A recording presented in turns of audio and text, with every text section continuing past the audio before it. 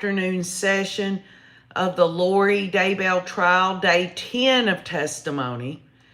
Uh, I don't know about y'all, but that testimony of Summer Shiflets, along with the audio call of her speaking with Lori in the jail when Summer found out that the children had been murdered, it absolutely threw me for a loop.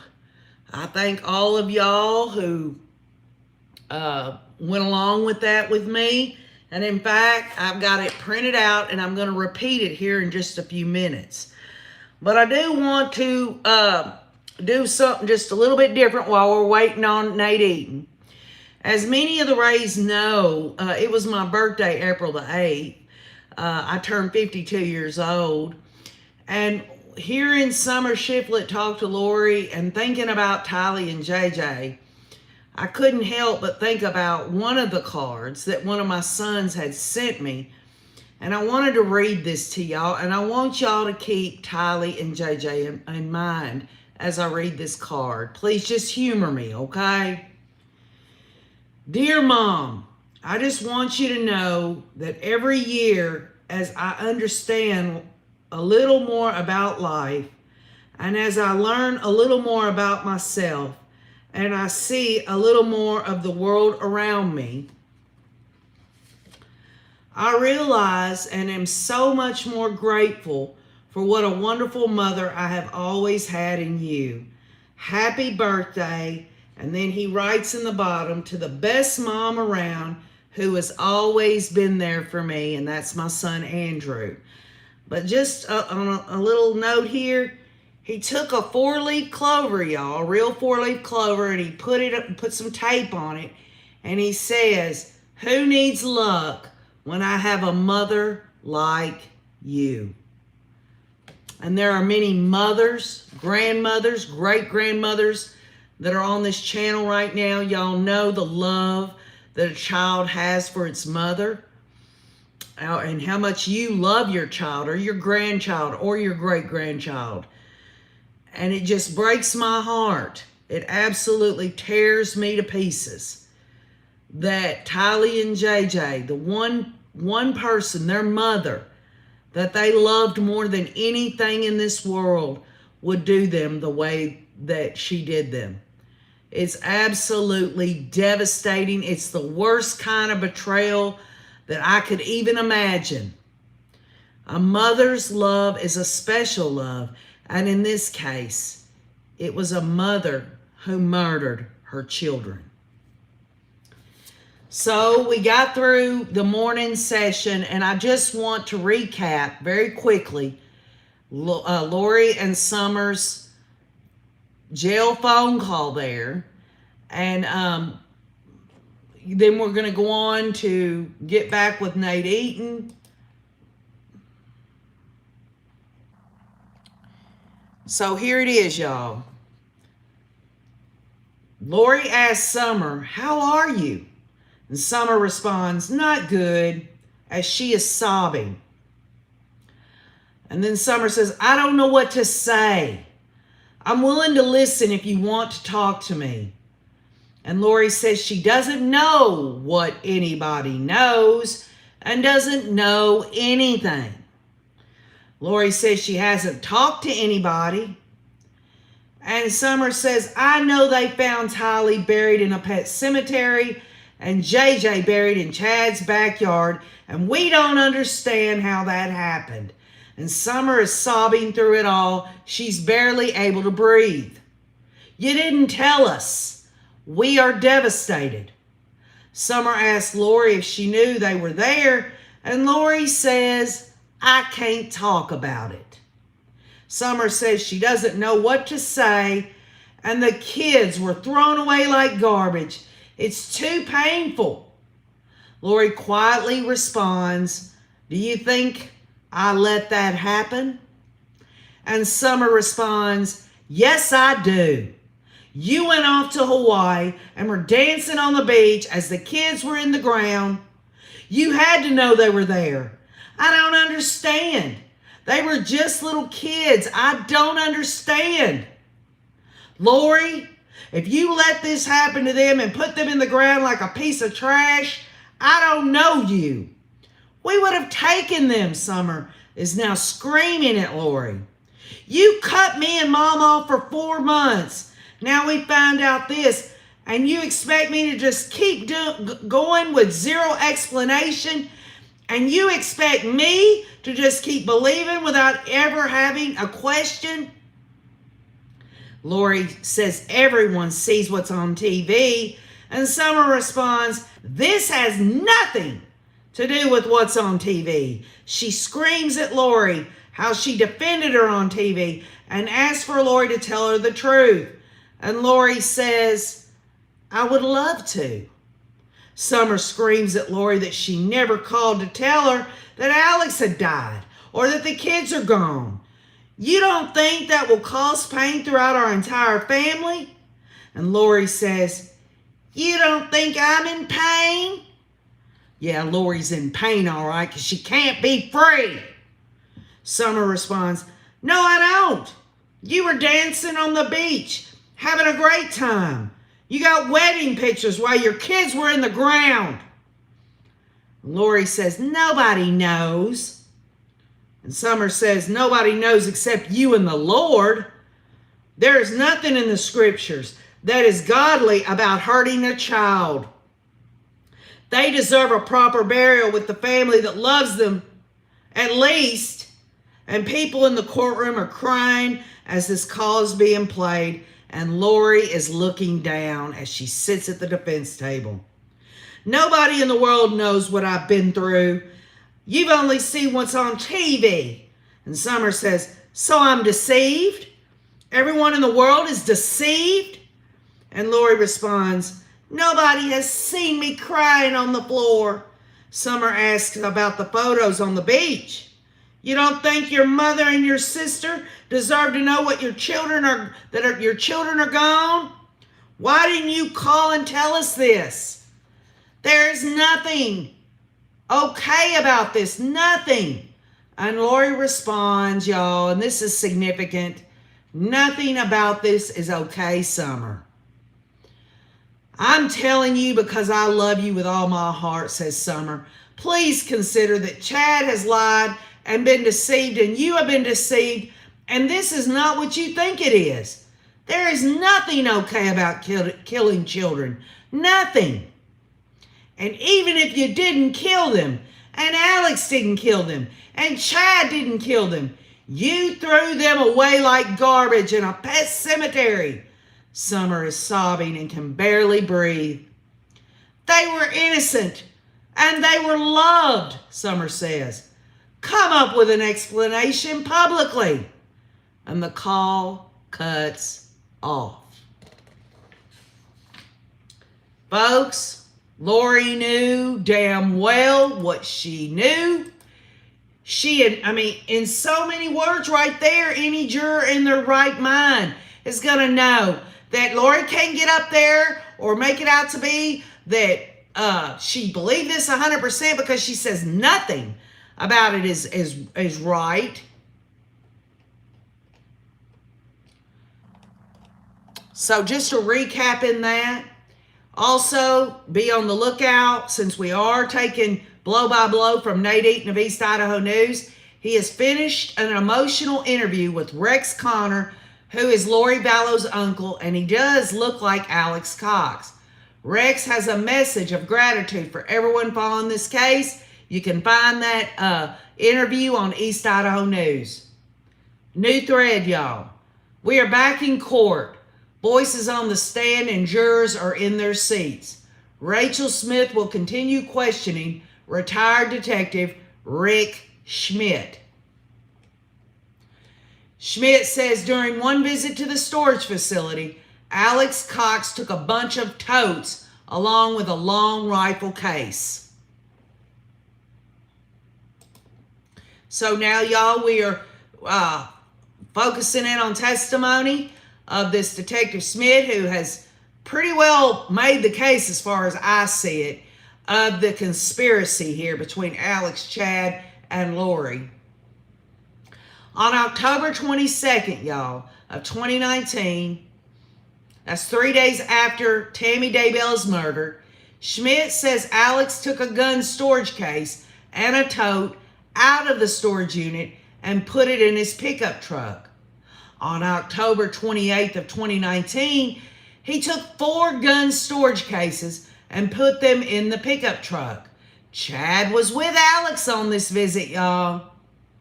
In January of 2020, Schmidt went to the Unified Sportsman's Club to see if Alex had visited. Smith asked to admit an exhibit showing records of when Alex had signed into the club.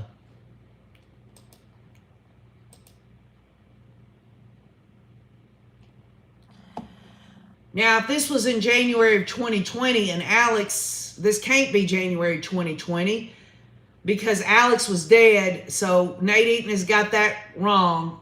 It's not January 2020. It can't be. Well, January 2020 is when he went to visit it, but Smith is looking at records of when Alex signed into the club, I'm assuming, before his death. It's the way Nate has worded it that's got me messed up on that. Marilyn Landis says, whole lot of guns and phones. You got that right.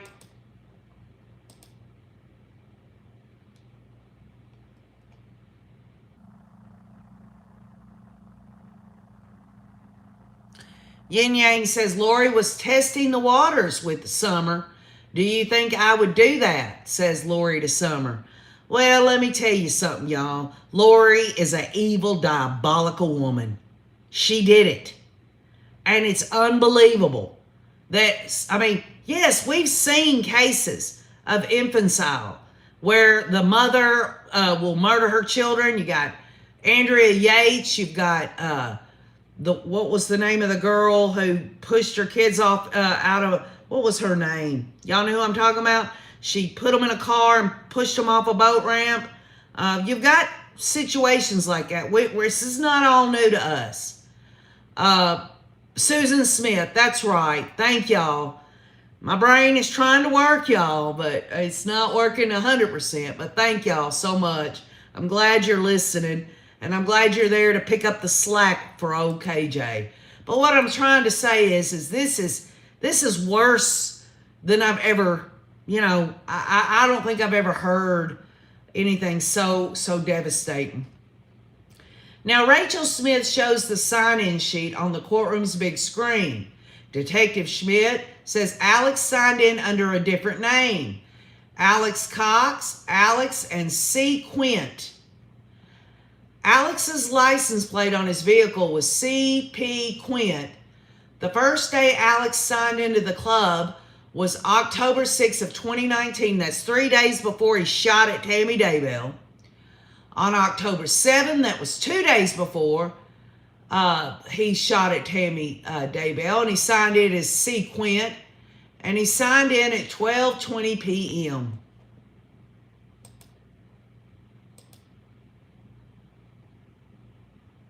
Yes, Tara Santmeyer, excuse me. Yes, I think she was trying to see what all was, testing the waters, as many of y'all have already said. I mean, it's pure narcissism to sit there on the phone, and instead of addressing Summer's questions and stuff, all she's talking about is crying on the floor. Well, I'll tell you something. Lori Hussey Daybell was crying on the floor because she can't be free again. She's busted. She's going down.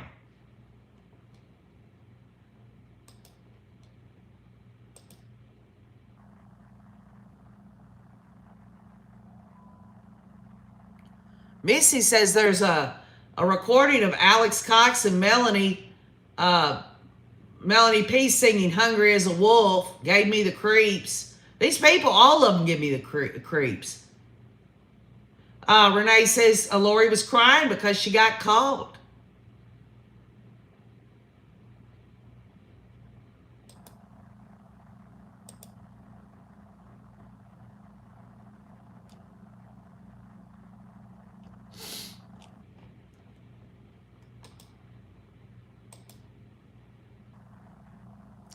She hung up on her because she got caught, says Goodwill Squatter. Crying because she's not going to get any more pickles, said Just Looking. Crying on the floor only because she has no access to sunshine, says Mohawk Mom.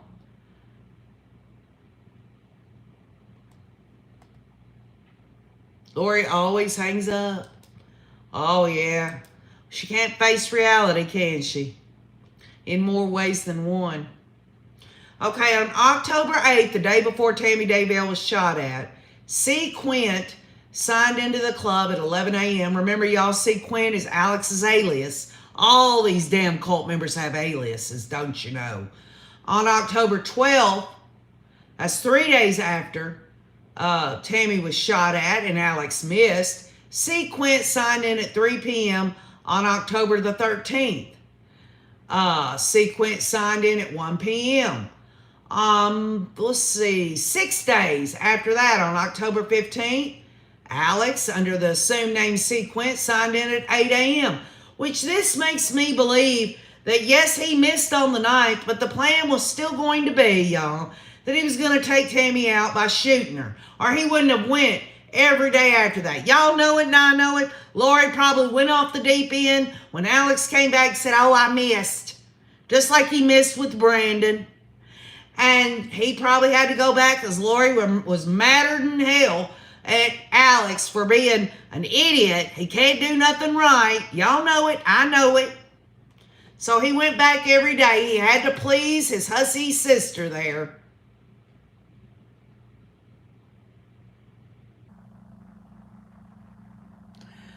Wilted lettuce, the reason that Lori won't admit to it is because she's busted.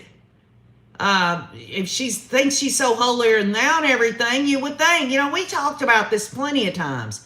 If she really thought this was something divine and that God wanted her to do this, and she was trying to help her kids because they were demon possessed, she wouldn't have had a problem coming up front and saying something at all. And by the way, when Summer asked her these questions, did Lori say, Summer, I don't know what's going on. I thought Alex and Chad took the kids off somewhere safe. I have no idea what happened, Summer. I just don't know. This must have been Chad and Alex fooling me. No, and I guarantee you, Chad Daybell could have spoke at any time, especially after Lori got arrested. But he's knee-deep in shit too.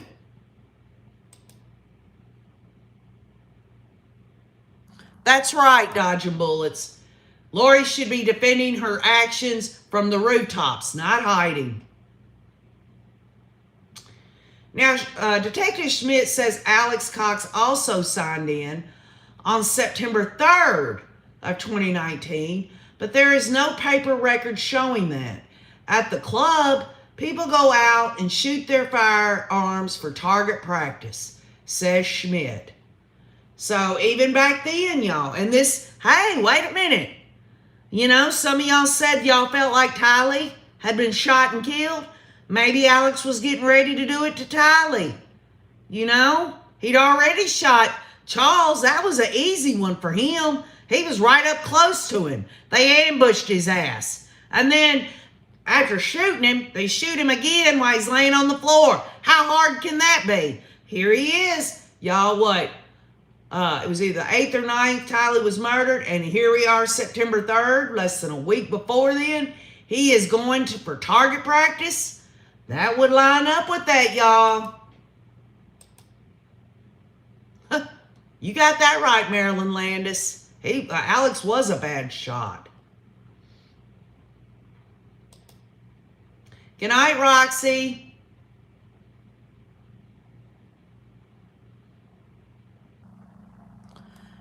Lori Hussey Daybell will go down in history, y'all, in terms of criminal trials, criminal acts, all of that. She will go down as one of the most evil, diabolical people you're ever going to meet. Or not meet, but know about. Some people met her. Some people had to live around her. Some people were even kin to her. As police searched Chad Daybell's house On June 9th of 2020, y'all, this is the day the kids were dug up. Schmidt was assigned to keep an eye on Chad in case he left the property.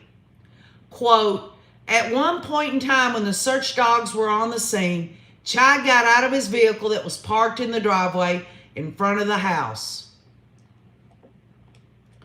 They were searching the area where JJ's remains were found, and Chad was facing toward the direction. Lieutenant Ron Ball and Detective Ray Hermosillo then came over to talk with Chad. At some point in time, Chad went back into his house. He came out with a backpack, y'all, and got into his vehicle. He sat there in his vehicle and then drove across the street to his daughter's house.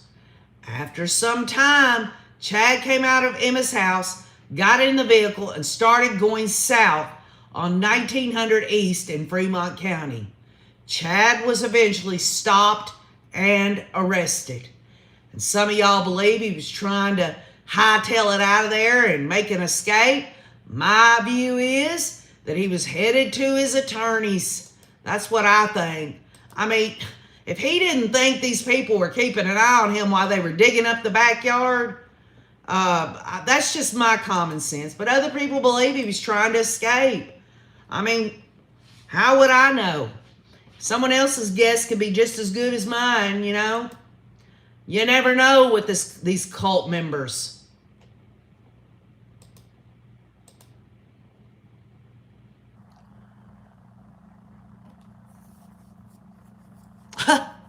The Betty Boop kind of sums it up for us all. As you hear the behaviors and actions of Chad, Lori, and Alex, these are such godly people. And can y'all sense the cynicism and the sarcasm in that?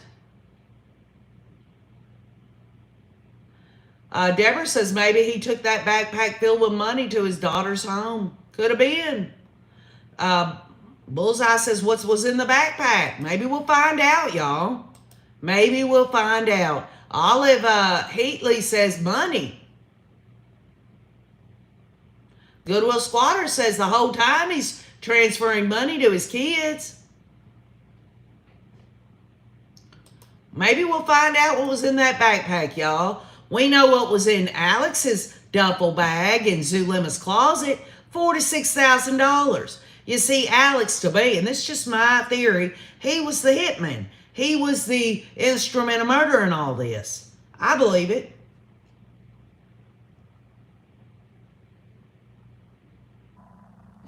Now, after Chad was arrested, Schmidt and another officer transferred Chad to the Fremont County Jail. They released him, and then Schmidt went back to his house. And what they mean by released him, they released him to the jail, because he never did get released. Once they arrested his ass, he was there, and he's there to this day. Schmidt was assigned to help search the fire pit and pet cemetery area. Schmidt says he found teeth,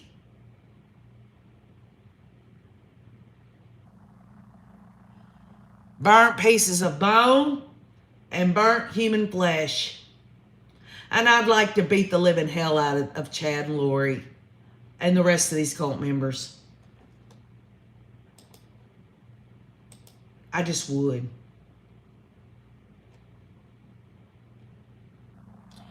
Now, Schmidt says some of the dirt was pretty hard, and it appears somebody put concrete or cement in the ground. A backhoe was called in, and eventually officers found a melted green bucket that contained Tylee's remains. Rachel Smith has no further questions for Schmidt. John Thomas will cross-examine.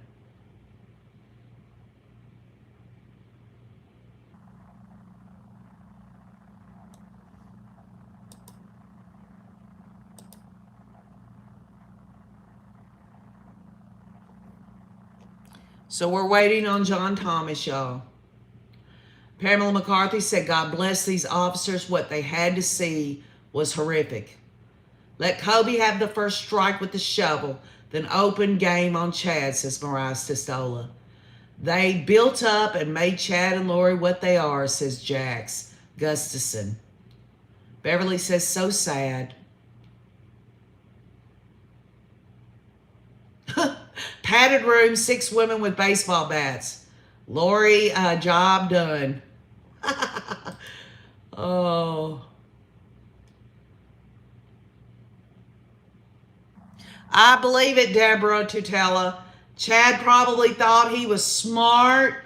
Maybe they've even got evidence that they purchased this cement, this Quick Creek stuff. Who knows? The bottom line is it was concealment, and it didn't work. It did not work. Hey, I agree with that, Heather Struck. I think they should get the electric chair. But unfortunately, Idaho only has lethal injection and the backup of a firing squad. They can't get a hold of those death drugs. You know, it's really incredible. You have it on your laws, and you can't even see it through.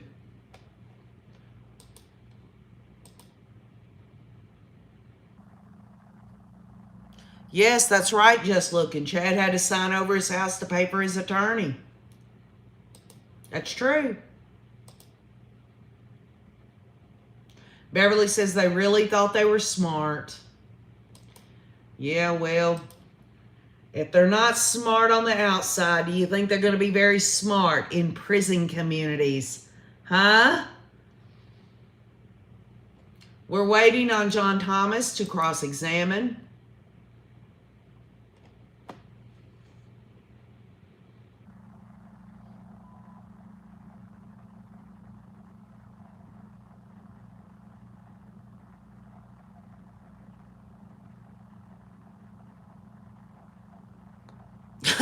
Olive Heatley says, I'd do time to be the executioner. Janae Jones says, lust is blind. TJ's Ray says, prisoners will hopefully get them. Anna Soar says, they will be chicken meat for others.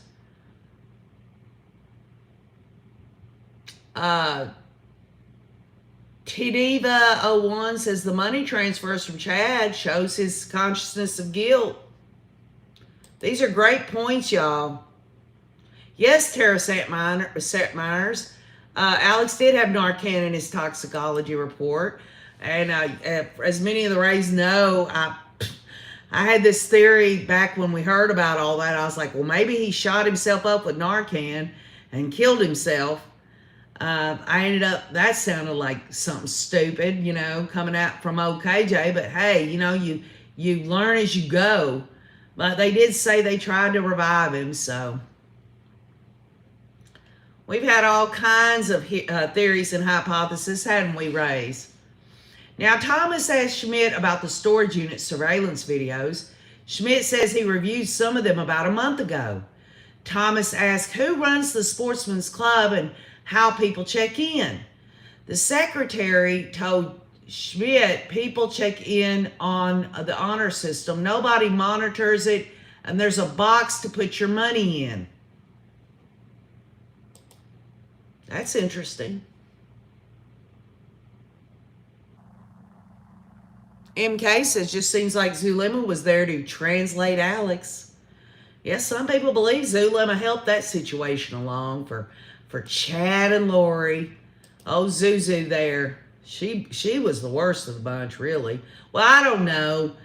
I would say if I had to really put my finger down on who was the worst after Chad, Lori, and Alex, it would have to be Melanie Gibb.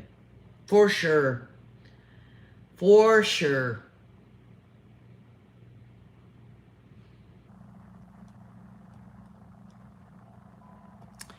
Now, Thomas tells Schmidt he's just making an assumption that C. Quint is Alex Cox.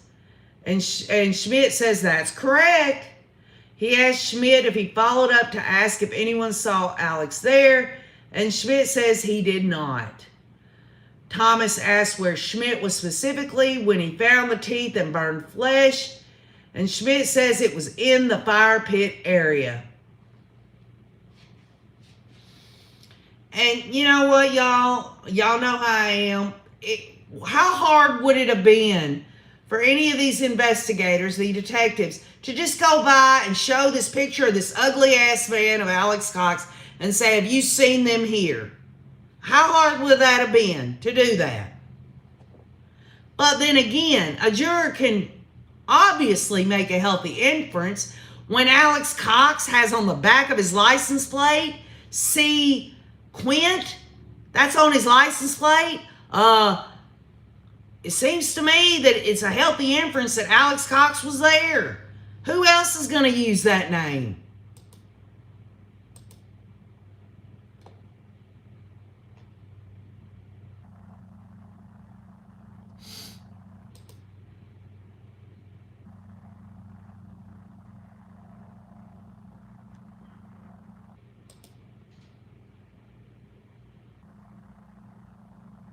Does Alex Cox like sequins? No, it's like the letter C and then Quins. That's what it is. It's C with a dot by it and then Quint, Quint. So if y'all been hearing my country voice and it sounds like I'm saying that, it's like the initial C with a dot and then Quint. Quint, and that was on Alex Cox's license plate. So that is why the detective assumed that Alex Cox was there, because that's the name that was signed in. So please forgive me if y'all heard it come out of my mouth like sequins, because I should have specified that. Now, Thomas has no further questions. Smith has no redirect, and Schmidt is released from the witness stand. The next witness is Steve Daniels. Daniels is a special agent with the FBI.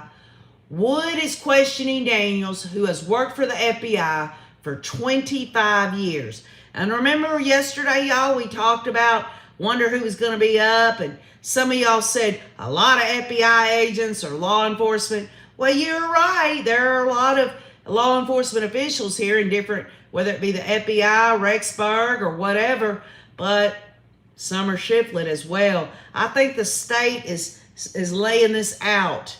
It's just one bomb going off after the next.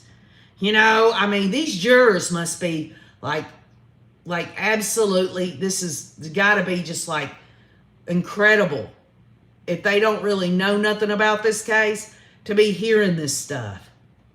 They thought they were hearing it when Kobe and Lori were talking.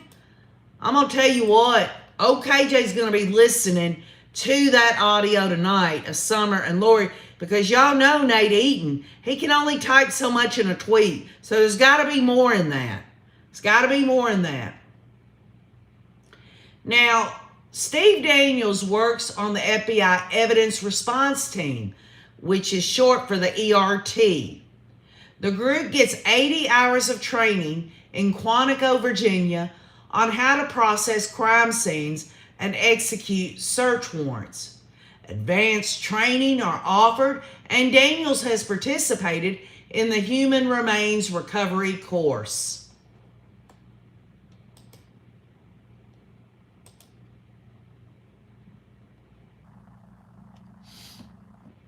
And just to remind y'all, when we had Ray Hermosillo up on the stand, he talked about how they all got on their hands and knees. They had to get up at some point because the smell was so bad and let someone else take over.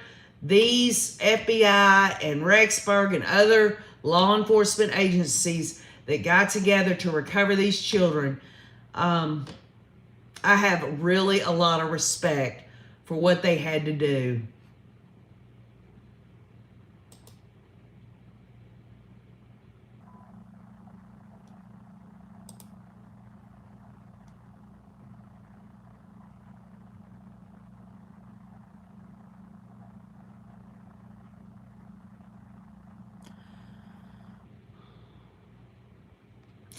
Jay Blake says, I'm sorry, but I'm so disheartened with this trial. They have had 3 years, and it seems like they do the minimal, and we're not seeing any clear evidence, just circumstantial.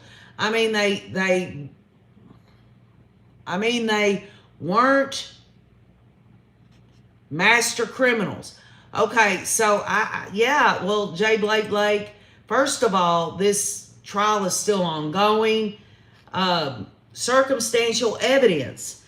It's just as good in a court of law as direct evidence. Remember, when it comes to murders or really any illegal crime, any criminal behavior, it's very rare that you're going to actually have like someone who takes a picture of someone actually killing someone or someone confessing they killed someone, the smoking gun. You're not always going to have that in a murder case. So circumstantial evidence is important, and it is treated, and it will be told in jury instructions that it is just as powerful as direct evidence. So that's just something to think about, but I understand what you're saying, J. Blake. I think they could have wrapped this up the first week. If that's all the evidence they had, she'd have been gone. That's just my opinion. The ERT, which is the evidence response team of the FBI, was asked to help come up with a search strategy to execute a search warrant on June 9th and 10th of 2020 at Chad Daybell's property. They were looking for human remains and other evidence of crime.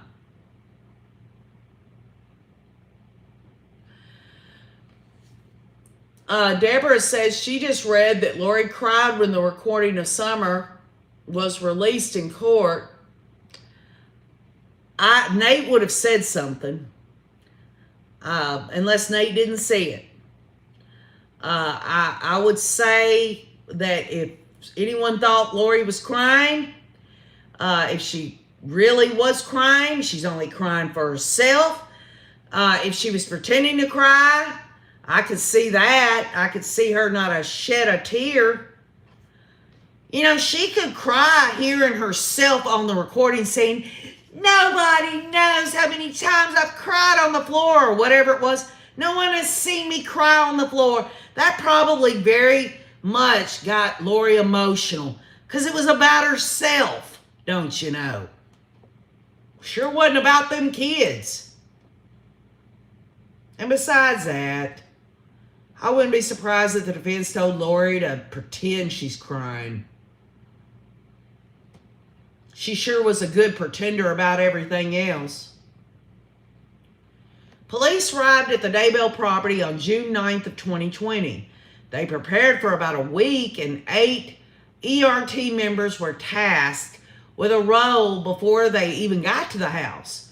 For example, one was a photographer, and one created a crime scene login sheet. Daniels did an initial walkthrough of the scene, and priority areas were noted. And I am assuming those priority areas was when the CAS unit came back with those GPS coordinates that can show within a couple of feet where somebody's at. 2 of the ERT members were assigned to assess the fire pit. Based on the cell phone data, the team has mapped out areas to look on the property, including the pet cemetery. Right, Mom in the Shoe. You just think about this, y'all. We've seen Lori in all these pre-trial hearings. We've seen her in this trial smiling and chatting. What? She's hearing her and Summer on this jail call, and that's going to get her emotional? Give me a break. Did she cry? She didn't have to look at those pictures of her dead children and those graphic pics. Did she cry? No, she didn't. She was too busy trying to figure out a way to get out of her responsibility of even being in the damn courtroom. Another area of interest was the pond. Daniel said they wanted to look at the entire 3 to 4 acres, the sheds, the outbuildings, everything needed to be searched.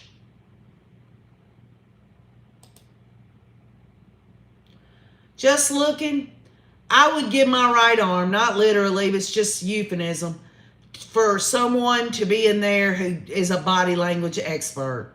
Because all we've got are these sketches and whatever anyone who's live tweeting who's in there has to say. It's a damn shame, y'all.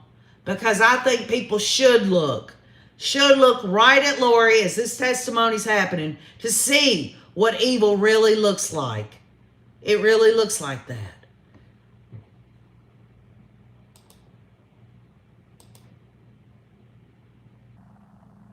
That is right, Mohawk Mom. Was she crying when Charles was dead laying in the house? No, she's too busy going, sorry, neighbors. That woman is disgusting. She's disgusting.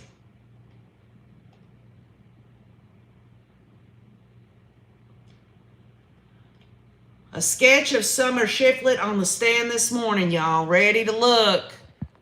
Here it is.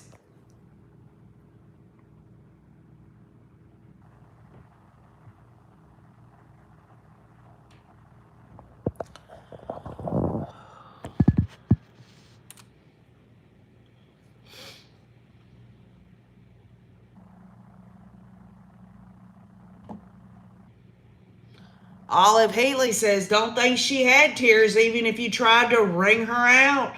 Huh. Just Looking says she didn't have time to cry. She had to get her pool party organized. There you go. That's exactly right. Now, this Steve Daniels says that 500 to 700 photos were taken on Chad Daybell's property the day they served the search warrant. Yeah, and y'all think about it. Just think about this. How many times, Rays, have we talked about all her actions before and after and all that? How it just seemed like she was so removed from it. She was always smiling. She met Nate Eaton on the sidewalk, and when he said they were praying for her children, she said, that's nice. And she just was just flippant. You think about her coming back from Hawaii into Idaho. She was walking in there, all strutting in there, acting like her shit didn't stink. And now she wants people to think she was crying on the floor, that somehow she can have a conscience during all this. It's an act. That's what evil people do. That's what narcissists do. You see, because they're not, they learn. They learn how to react. They learn it from other people. Oh, if someone dies, I've got to be sad about it. But how they're able to show that is they think about themselves during those moments, and it looks like they're really crying. That's just my opinion. I'm no professional, but Lori doesn't have any kind of real conscience as far as I'm concerned. You can't murder your kids. I don't give a damn what you think you believe. Daniel says a Faro scanner was used at the scene. This is a high-tech laser scanner. A total station tool was also used on the scene. Many of the jurors are taking notes as Daniel speaks.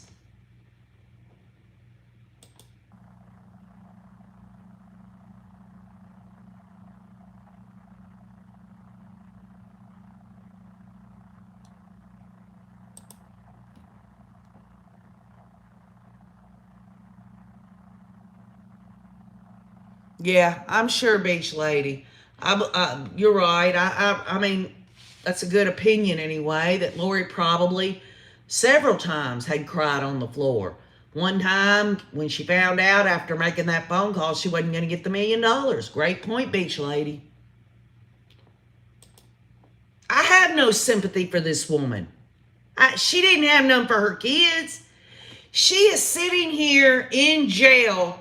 Her children have been dug up out of the ground. Her sister's talking to her, and she's being evasive. Oh, I would love to tell you. Well, then tell her. Or you're just watching stuff on TV, or you don't know what happened, Kobe. She's just a freaking jerk.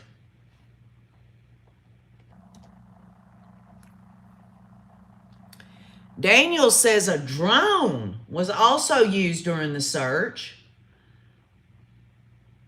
We've all seen those pictures overhead. I know Nate Eaton was flying overhead in the helicopter that day. We've got all those pictures, y'all, that I don't think any of us will ever forget, of the little pop-up tents and the tarps. It's a damn shame. It's a damn shame that this is the route these damn cult members decided to go.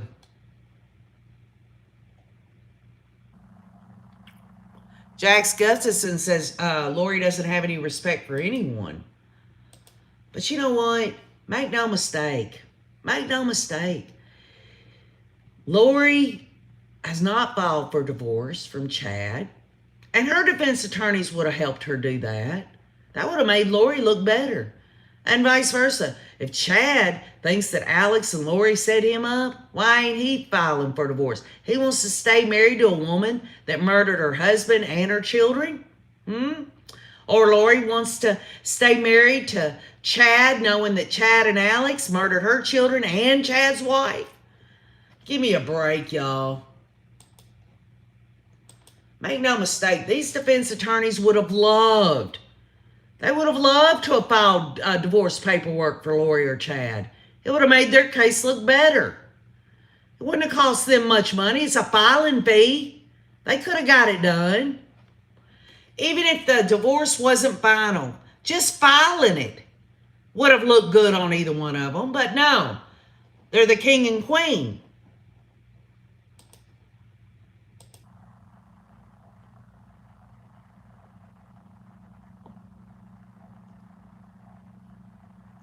Group hug, everyone. Yeah, Marilyn Landis, the honeymoon is long over.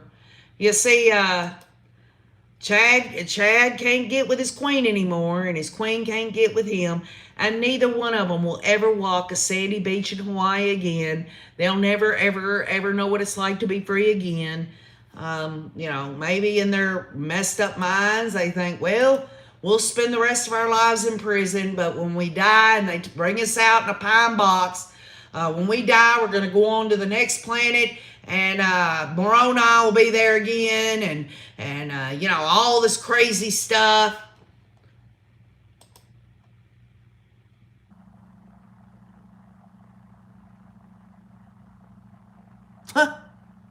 Dodging Bullet says, well, they use portals, so it shouldn't be a problem to them. Y'all can be so facetious. John Shepard says that they were only married for 2 months. Holland, you're on a roll. Chad and Lori can walk on hot coals of hell holding hands. Ouch! Ooh, ooh, ee, ooh, ooh, ah, ah, ah, ah, ah, ee, ooh, ooh, ooh, ooh.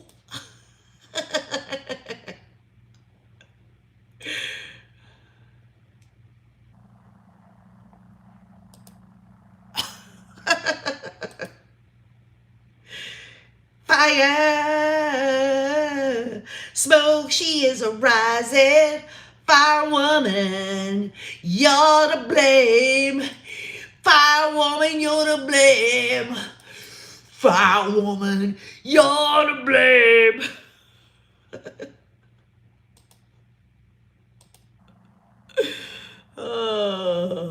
I'm waiting for an update here, y'all.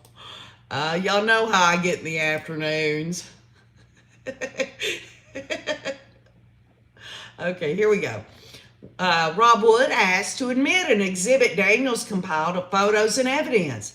Thomas has some questions for Daniels before the exhibits are admitted.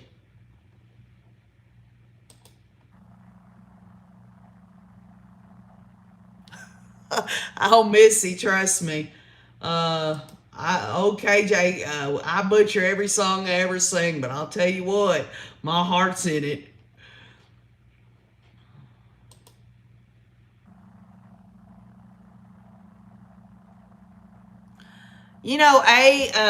ABZE or whatever, I don't know how you say that.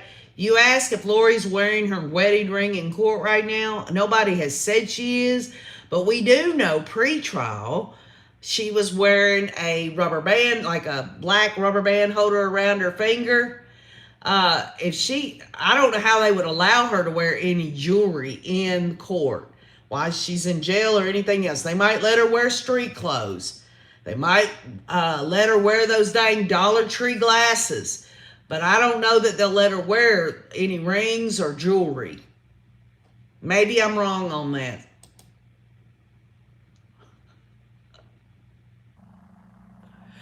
Dodging Bullet says, nope, she don't get nothing.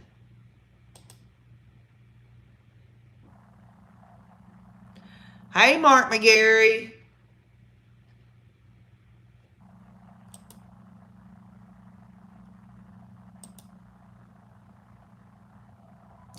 MN says it's not allowed. No jewelry is allowed.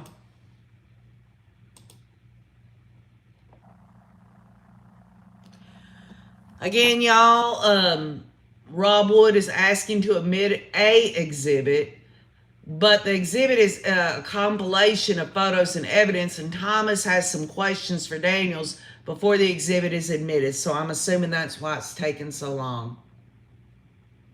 That's right, Scarlett. Once she's convicted, she'll be in those stripes or the orange jumpsuit or whatever color, and she's going to get an inmate number. And wouldn't it be nice if she got that inmate number 144,000? Wouldn't that be nice? Lori Hussey Daybell gets the inmate number 144,000, and on top of it all, her prison name is Lolo. You know, that nickname Chad gave her? Lolo's going to have to go Lolo on these other women. Y'all know what I'm speaking of.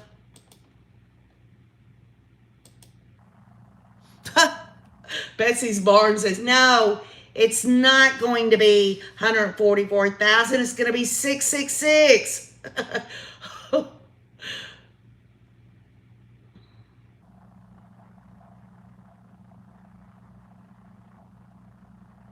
Right, dodging bullets. It's Elena Anasaur. It's James and Elena. They took out their passions on one another. They wanted to get the full meal deal, that big, juicy beef going, along with the tuna salad.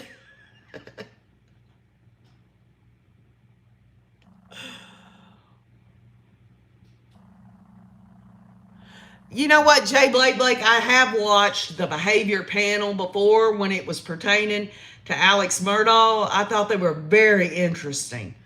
I really, really enjoyed their insight.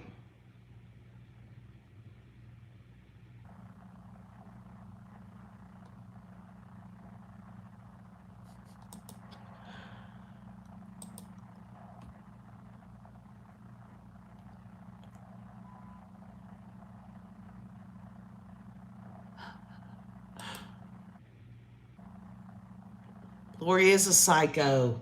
They are a psycho, Jay Blake. She's psychopathic. Not only that, she doesn't,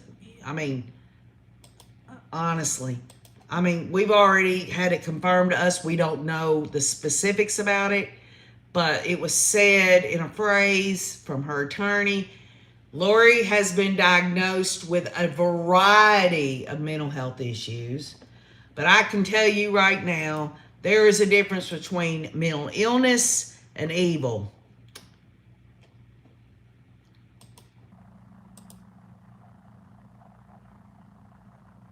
John Coombs. Hey, John, I've got a brother named John who spells his name Jon. It's John Pascal, Pascal. That's the French side of my family. It's Jean Pascal. He's retired Air Force. And he retired an E8 Senior Master Sergeant in the Air Force. So, well, thank you, Eileen. And thank you for sharing yourself. Thank all of y'all for being here. I really appreciate it. This is kind of monotonous because you don't know if they're going to keep. Nate's doing really great, but at the same time, there's just a lot of information here. We're still waiting on John Thomas to ask these few questions about an exhibit that has several photos and stuff. So, okay, here we go. John Thomas has no objection to the exhibit. We are now shown a satellite map image showing the Rexburg St. Anthony area.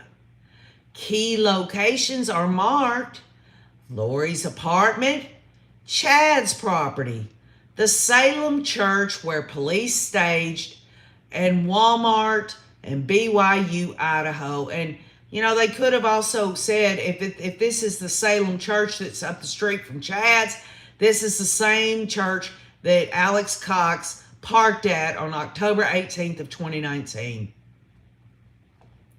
It's the closest church to Chad's. Wayne and I passed it when we went out there.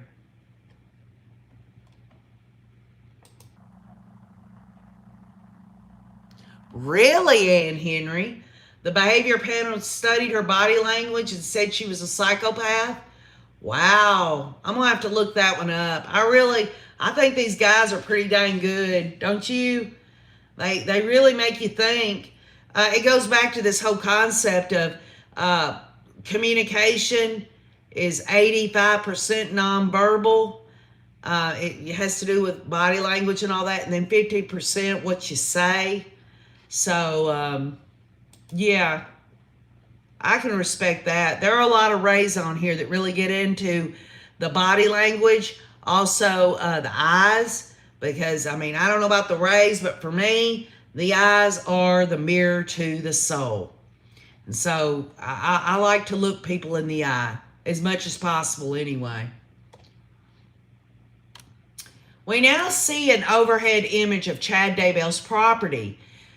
Steve Daniels points out the fire pit, burial sites of the children, the outbuildings, and other key spots on the property. And for all of those that are not sitting just watching me sit here and do this, you're just listening, I want to thank you also for being here and being patient with OKJ. I know all of y'all are probably trying to do your best to weed through my yipping and yapping. I just appreciate you very much. The rays on here have been very helpful. I love all of you. I just want y'all to know that I thank you for being here. It helps a lot to know there are a lot of people that have got their own views about this.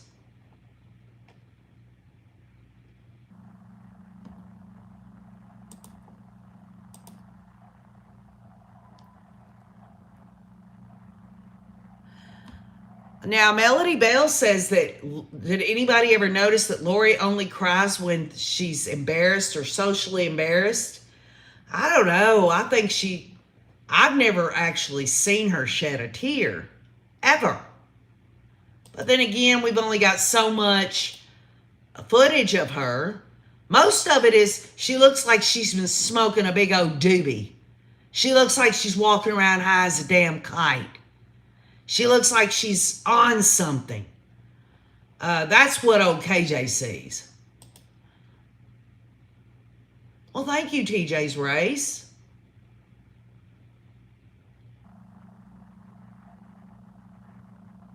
Dodging Bullets says Xanax. Or maybe eggs that Lori asked Alex in a text to bring over to her.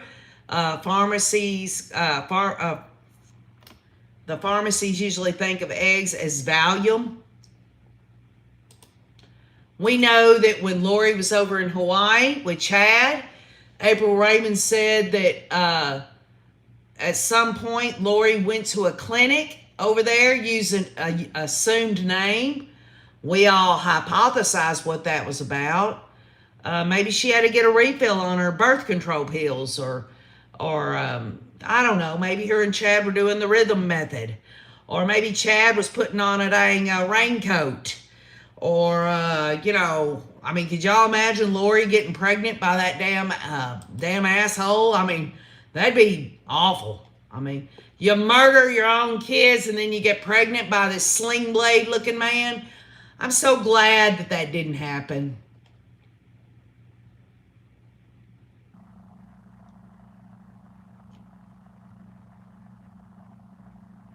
And Mohawk Mom says, we know that Alex Cox made runs to Mexico.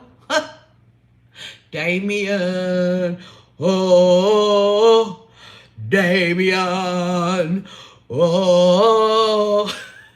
Y'all remember that? Or how about The Exorcist? They had that one sketch of Lori sitting at the defense table when the two parties, attorneys were over to the side, and someone said she looked like Linda Blair, like she could twist her head around. I'm possessed.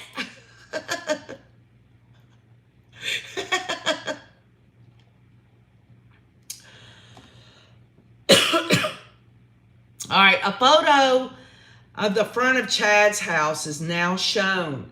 The next picture is an image from an upper bedroom window where you can see JJ's burial site. From the same window, another photo shows that you can see the area where Tylee was buried. And let's just stop there for a second.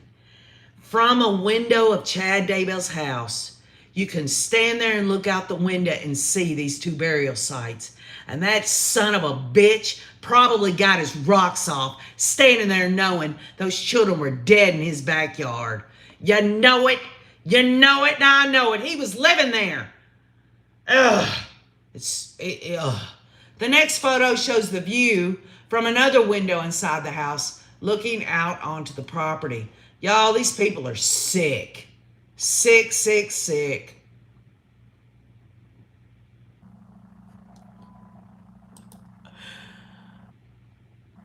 Mohawk Mom, I only have 2 words for Janice. Don't y'all get mad at me, but I'm not happy with the Cox family. 2 words for Janice. The Rays know. Any of the Rays want to tell them the 2 words that KJ says about Janice? Come on. I know y'all remember what old KJ says all the time. I'm waiting to see it. See if y'all remember it. Maybe you don't. I've said it so many times. Come on, I'm waiting. I know one of you Rays on here know what those 2 words are. Come on. I'm going to see.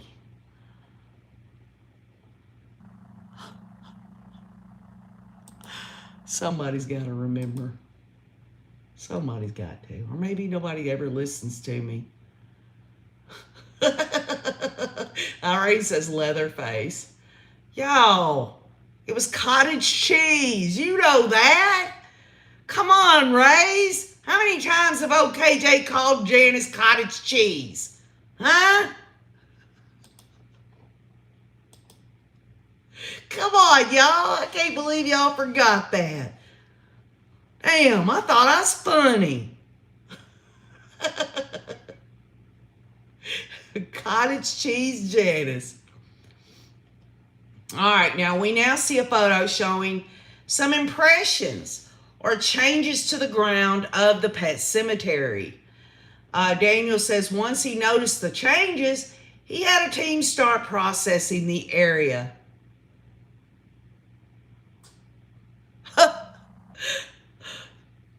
We've got new people that says they're never going to forget that KJ said cottage cheese Janice.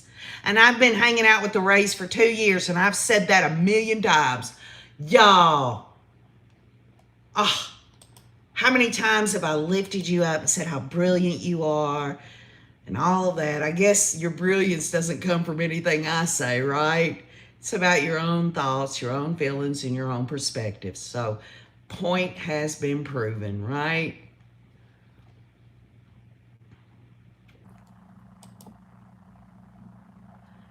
Ooh, I heard it through the grapevine. Janice has a raisin on her eye. Oh, I heard it through the grapevine that Janice is a California raisin.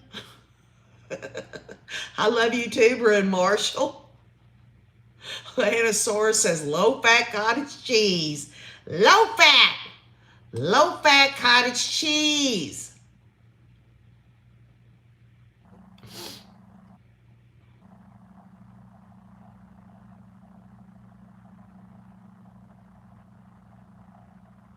Fiona Gregory, that's a question that the Rays and I have struggled with for 2 years. Why the hell would they bury the bodies at Chad Daybell's property? Why didn't they take them off to Yellowstone? I mean, I've been to Idaho with my husband Wayne. There's so much woods, and I mean, it's a lot of rural areas out there. They could have disposed those bodies anywhere. But we never could come up with a good answer. We just couldn't. I mean, I floated around that maybe they were just so bold about it and it was just so easy for them. It was easier to go to Chad's than it would have been anywhere else. That maybe this was proof that this was something good that Chad and Lori and Alex did, because look, we're going to put them in the king's backyard and they're going to be quote unquote safe. And y'all know January of 2020, okay, when Lori and Chad, they took off, right? And then January 2020 rolled around. There was snow on the ground. They went out there to execute a search warrant at Chad Daybell's, and it was so much snow on the ground, they didn't have a way to see if Tylee and JJ were there. When they left there, I'm sure Chad and Lori was like, whew, this is divine. We didn't get caught. They're not coming back. Oh, they came back all right. Y'all remember, some of y'all anyway, watched that documentary of Kay and Larry Woodcock. They went to Idaho, remember that? And it was during the winter, and it was before the kids were found, and they went out to Chad's and stood out there and had no idea at that time that those kids were there all along.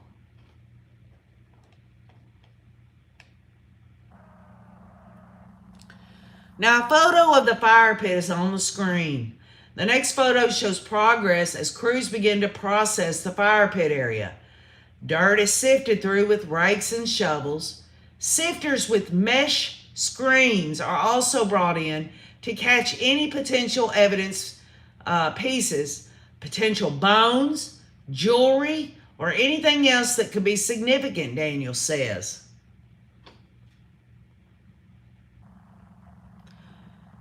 It was a horror, Mark McGarry.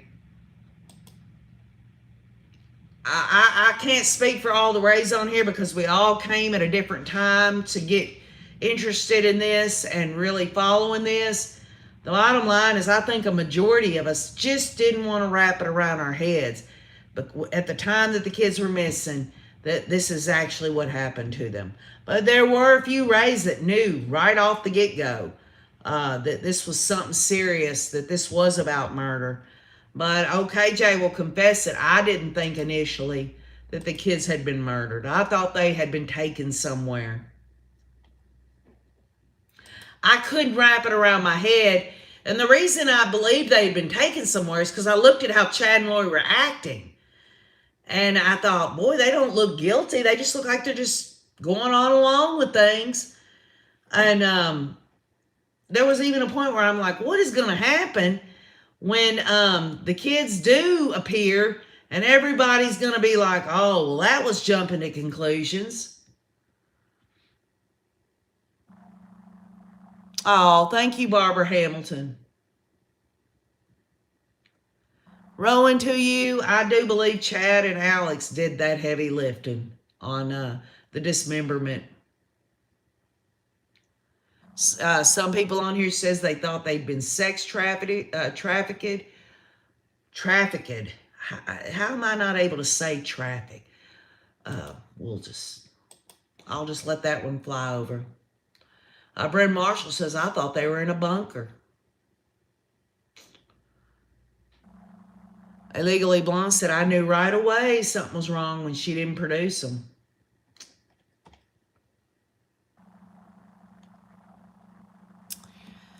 Now, Steve Daniels says bone fragments, organic material, and miscellaneous pieces of cloth and fabric were collected from the fire pit.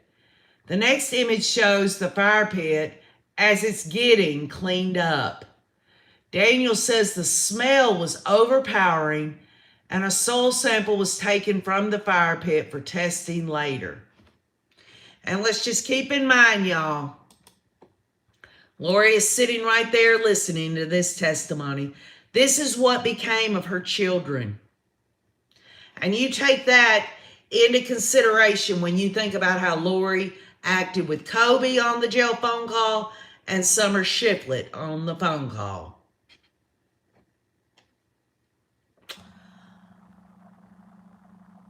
Y'all, listen to this.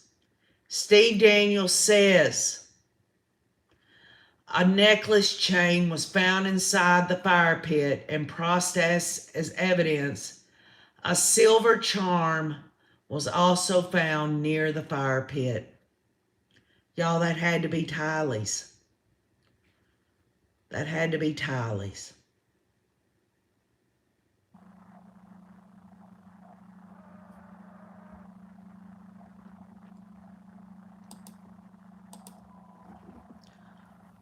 Wonder who gave that necklace and charm. Could it have been her friend Valencia? Could it have been even Lori giving it to her daughter at one time? It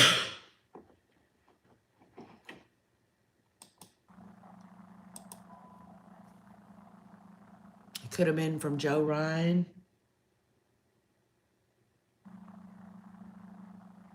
It is so sad, y'all. It is absolutely devastating. Could have been given to her by Kobe, her brother. Could have been given to her by a grandmother. Janice, it could have been Summer. Maybe they'll tell us that it's been identified. They haven't said anything yet, but a silver charm, y'all. A silver charm.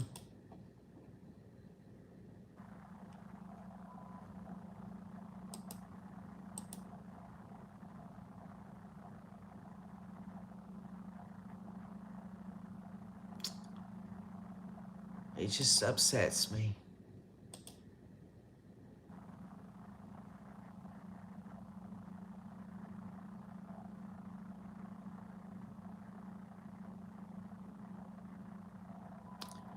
Zero says Tylee loved Jesus.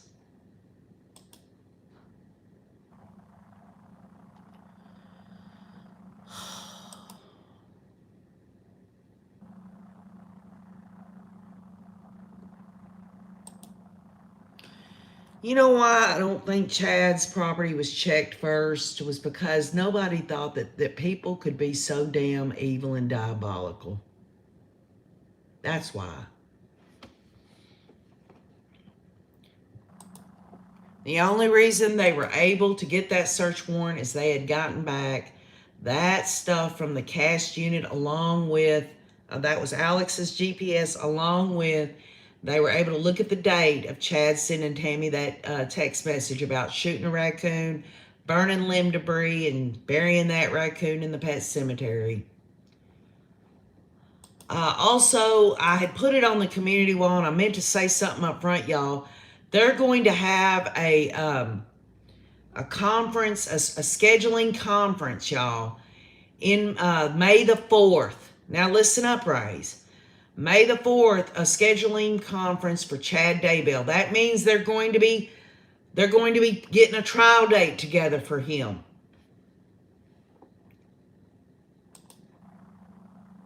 This is news that's just come out. Beverly says they're all talking from the grave. Rainy April says May 4th is coming right up.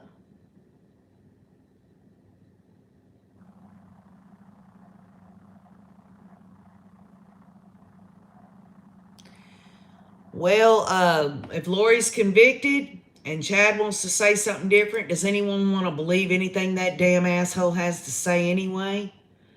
Look at the, and let's put this in perspective. What if this case had not been severed? Okay? And Chad was in there with Lori right now. There's been plenty of evidence of conspiracy in all this. You think about everything that's been talked about.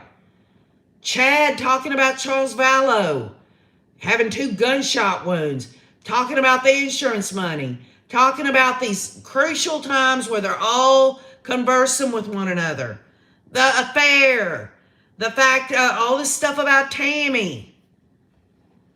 And we haven't even seen all the evidence yet, y'all. The total station tool mapped out, the total station tool mapped out sites where the bodies were buried. The information was used to measure distances on the property. Boys calls for an afternoon recess. Be back in 15-20 minutes. Okay. Tammy's, and that's right, Marilyn. And to top it all off, y'all, they've done this scheduling order for Chad, pick a trial date on Tammy Daybell's birthday. Oh, Lord. Isn't that special? Isn't that special, y'all? Perfect, right.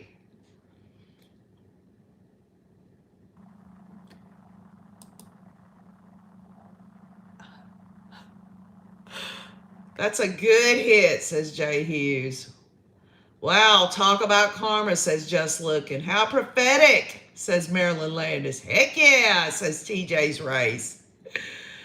That digs, KJ, says Tara Santmyers. Did they drop the death penalty for Chad? No, they haven't done that yet. John Pryor's going to be, they're waiting on to finish up on that DNA evidence, don't you know? Well, I'll tell you what. Why don't I look y'all all in the face right now? Y'all remember, they did fingernail clippings on JJ. That scratch on Chad's neck, we're going to find out real quick when those murders really happened. The murder of JJ. And when that DNA comes back, that Chad Daybell's DNA was under JJ's fingernails, I hope the damn prison system has every one of their prisoners line up, bend Chad over, and do it to it. That's what I say.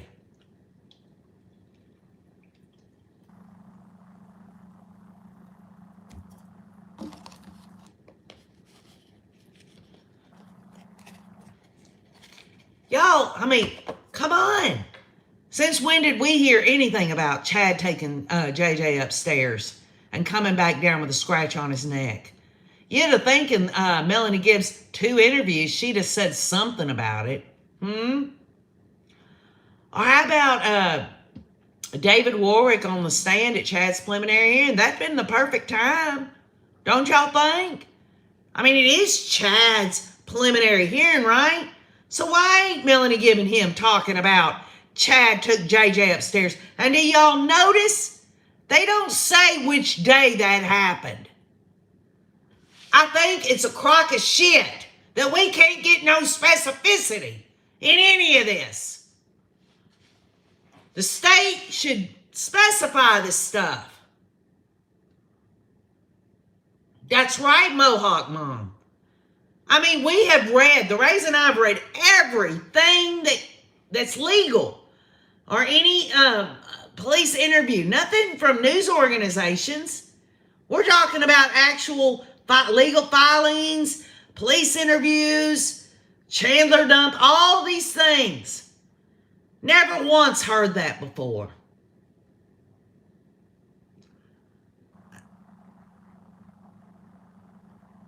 I'm going to tell you what, Grammy B.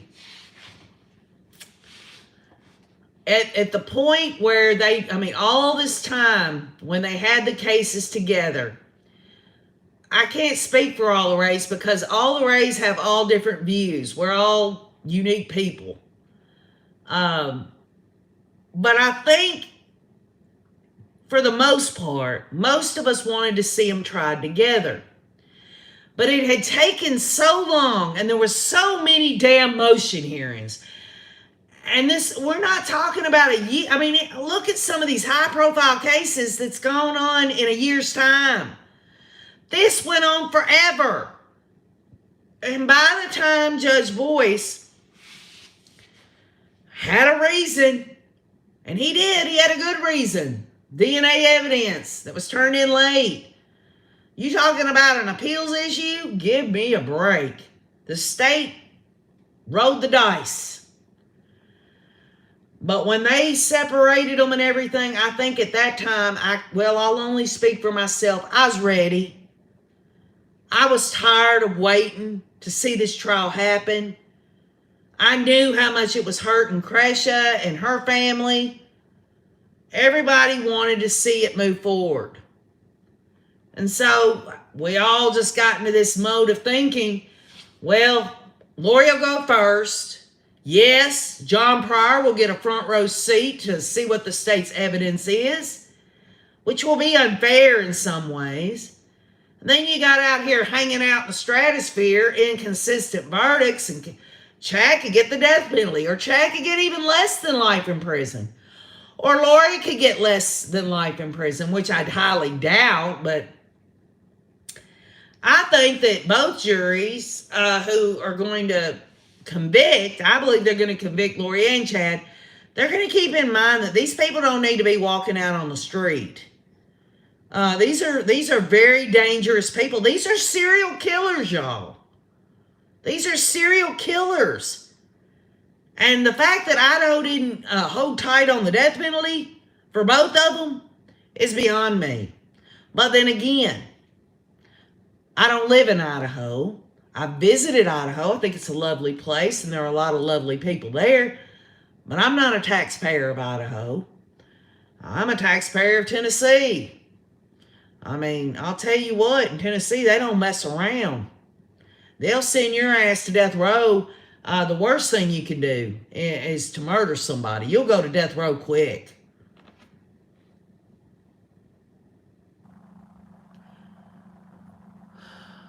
Mariah Stostola, correct. Just as Alex Murdaugh was labeled a family annihilator, that is exactly what Chad and Lori and Alex were. Pure and simple. Well, thank you, Robin. You're awesome, too.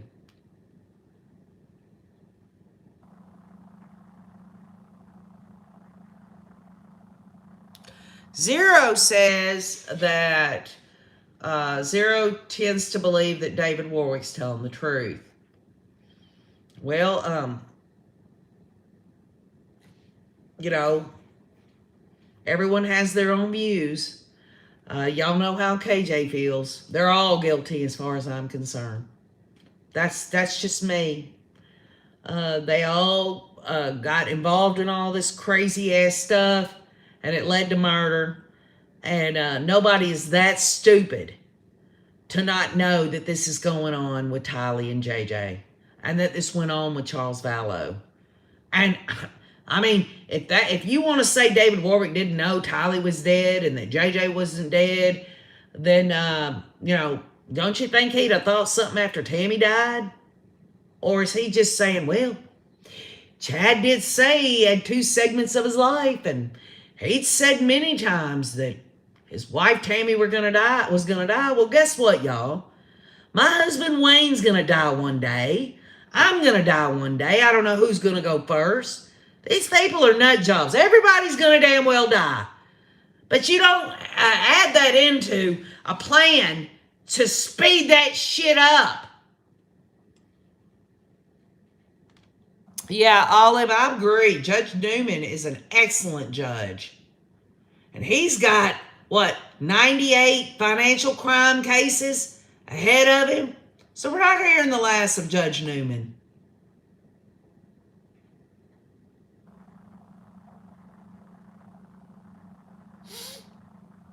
Y'all, we're in a break right now, and I appreciate y'all being patient.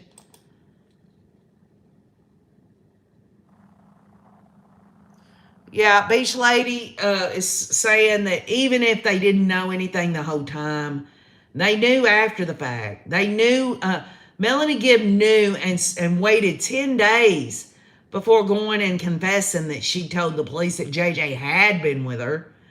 Confessing that she did as Chad wanted her to do and not answer the phone. She bought Chad and Lori some time, y'all.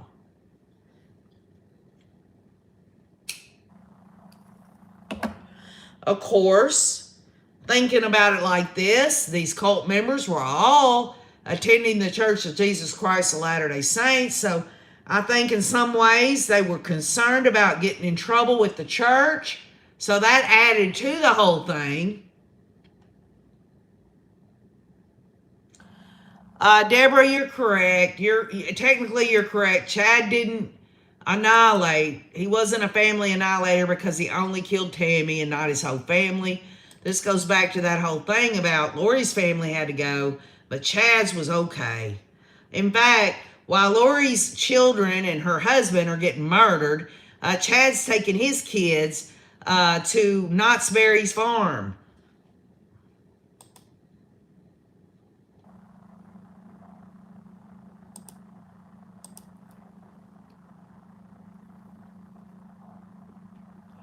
Yeah, seriously, dodging bullets. That's the first major purchase that Chad Daybell did with that blood money of Tammy's. It was in testimony. And as we all recall, or some of us anyway, they had pictures of Chad with his kids at Knott's Berry's farm, but not one picture was with Lori.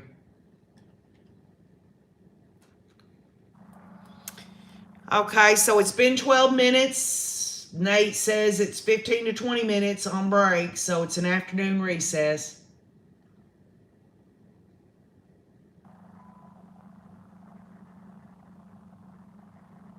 Carolyn A. says an annihilator by proxy.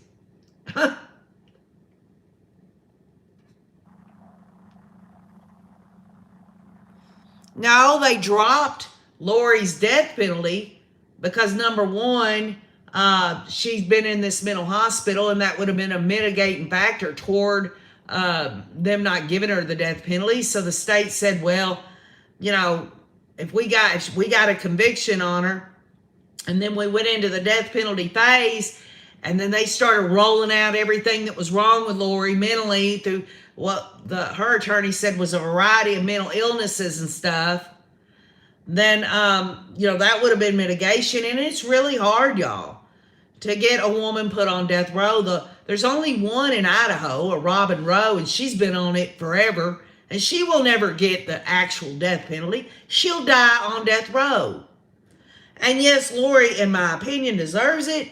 I'm not a big death penalty proponent, but I'll tell you what, you want to do it, then you need to have it done to yourself. That's what I say. That's what I say. You want to murder somebody? Then allow the government of Idaho to murder you. Because really, that is taking human life. And I'll tell you something. People say, well, a Christian shouldn't be for the death penalty and all that because thou shalt not kill and everything. Well, I'll tell you something. I'm not in that vein, but I am when it comes to the fact that it says that if you break the damn laws, this is what's going to happen to you. Hey, guess what? Don't do it. Then it's never even an issue on whether you'll get the death penalty. It's a deterrent. Human beings have been murdering people since ancient times. We become civilized. And now it's done through lethal injection, electric chair, firing squad, whatever. The bottom line is if you don't want the death penalty and you don't want the state to murder you, then don't damn murder people. That's the way I look at it. Just don't do it. And if a person cannot control themselves enough to where they do go out here and murder somebody, do they really need to be walking around on the earth? Do we really need to have that person there, being fed 3 meals a day and given free medical and all that? Hell, they're liable to murder somebody in prison.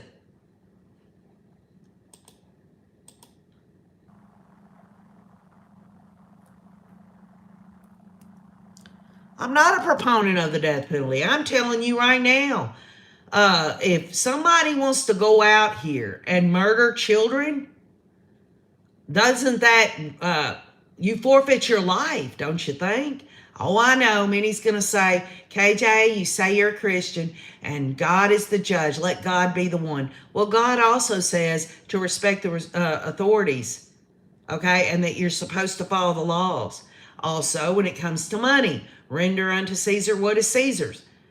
There's a separation there. There's man's law and there's God's law.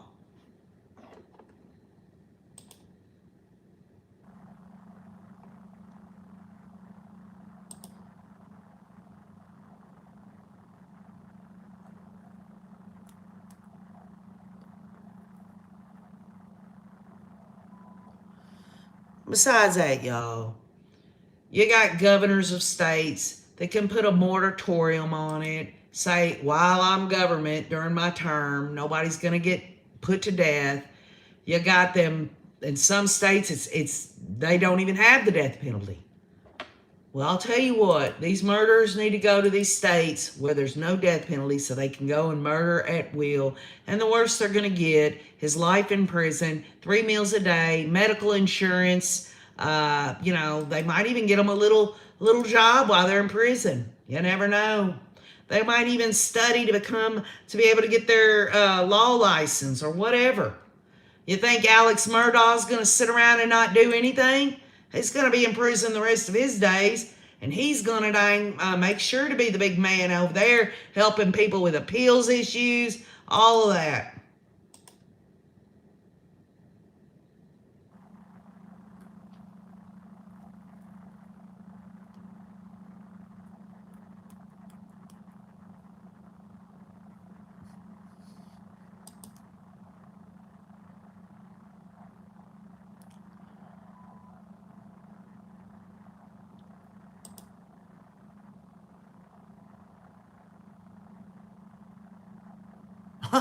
Kathleen Curtis. Y'all, I thought Judge Boyce wasn't. I thought he was a former LDS. Maybe I'm wrong. Somebody said he was former, that he used to be LDS, but he's not anymore. That's what I heard. What have you heard, Tina Reddington? Is Judge Boyce an active member of the Church of Jesus Christ of Latter-day Saints? He was LDS, says Tina.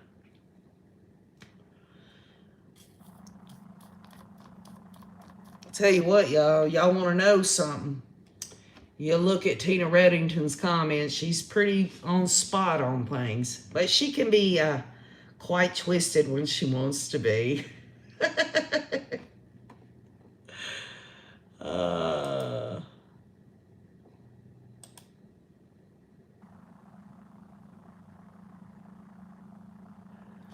You know, what's really interesting about it all is we've been talking about that on and off, who's LDS and who's not and all this and that.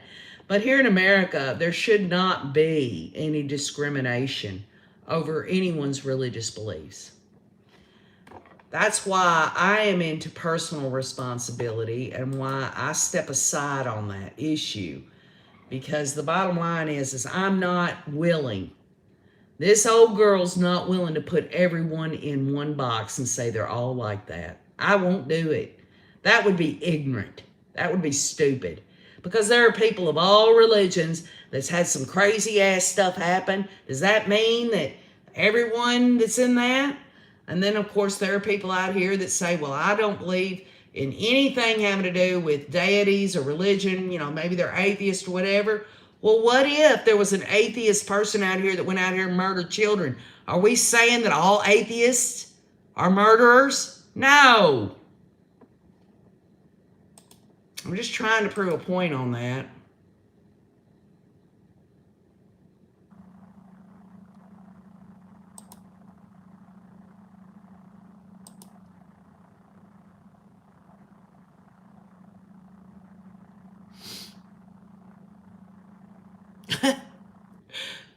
Kathy Hillam says, break, dinner, break, dinner. Anybody want to tell me what they're having for supper tonight? Tell me what you're having for supper. I want to hear it. I'm getting hungry. And make sure you're very descriptive about what you're having. Come on now, I want to hear it. We're waiting. Beer, says Elaine.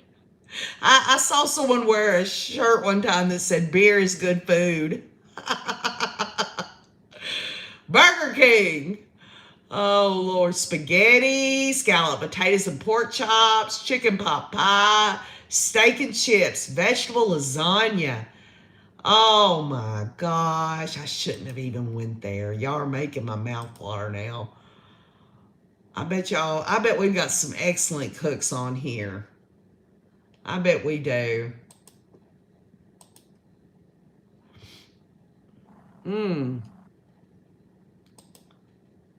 Beef tacos, sushi. Oh, I love sushi, y'all.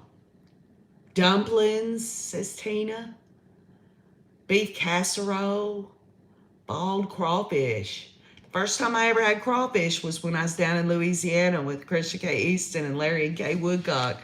They did a whole crawfish bowl, a boil, and the Rays was there with me. I mean, like on the live stream and on that. Oh, Grammy B, I'd love to sit right at the table and have you feed me. Pasta and shrimp. And Zero's getting it made by her son. I've got 3 sons, and none of them will cook for me. Cookies and pasta salad for lunch. Tacos, crawdads, nachos, fajitas, chicken strips. Woo! Y'all are making me hungry. Okay, now, we're back in session. Voices on the bench, and jurors are being brought in. Steak and broccoli. Ooh, that sounds good, Jackie. Steak and potatoes.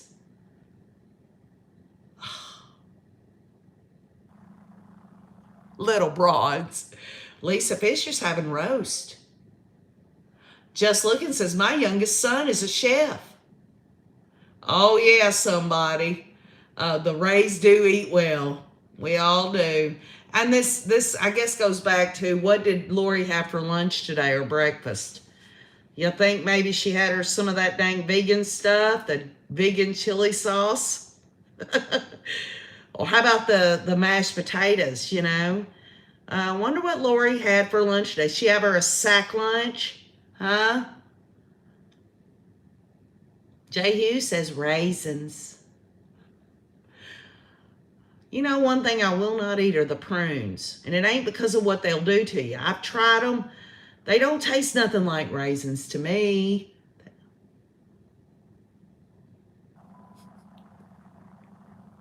Someone says she's having pickles. That's why she's always smiling. Pepperoni pizza.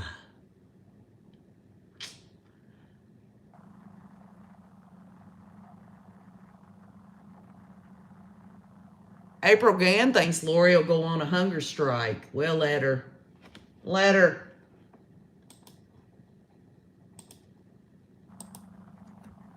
Let her. Peanut butter and jelly sandwiches is what Lori had, says one on here. I couldn't see the name real quick because it's going so fast.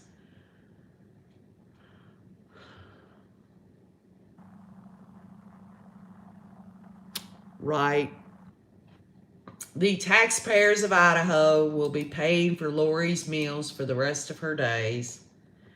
What's so sad about it is there's actually really good people out here in the world that cannot afford good medical, good medical.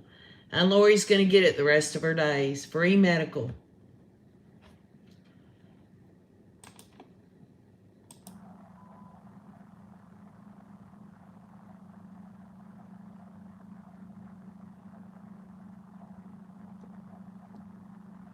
I like a good bowl of cornflakes. Okay, he's back on the bench, y'all, but nothing's being said. It is now 2:42 p.m. in Idaho, so they usually run till about 3:30. Yeah, Fiona Gregory, I heard that. But I'm talking about here in the United States. We have the highest medical cost of any country in the world. It doesn't make a damn bit of sense to me why it's got to be that way.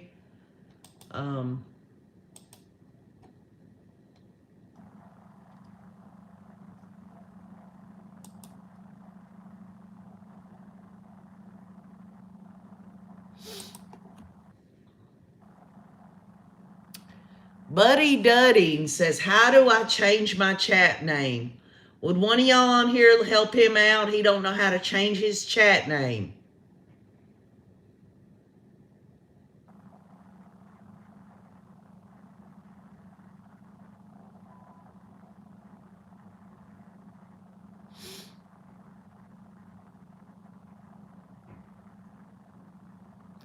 And Henry, Judge Newman retired? I thought he told everyone at Alex's sentencing that he had other cases he had to do. Badger says you have to change your YouTube account name. So you go to your account and then you go in and it'll have a list of things in there and all that.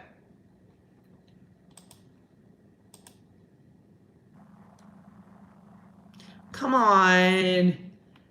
It says we're back in session and Boyce is on the bench and jurors are being brought in.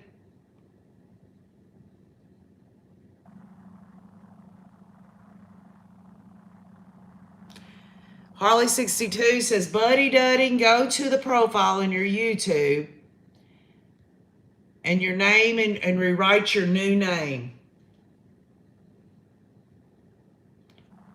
Yes, Tina Reddington, Judge Newman did say that. Dodging bullets, I'm sitting here waiting. They're bringing the jurors in. Nothing's been said so far. Ooh, Teresa Moore's having smoked meatloaf and purple potato au gratin with green salad. That sounds really good. Y'all got good tasting food. There isn't much food that I won't eat. I will not eat kraut and weenies. I will not eat liver of any sort. I will not eat any thing like chicken gizzards. Let's see what else I won't eat. I can't eat like stuff like habaneros, but I do like jalapenos. I do like spicy food, but I can't have it too hot.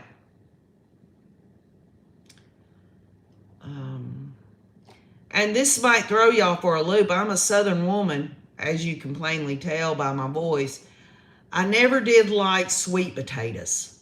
I just never did.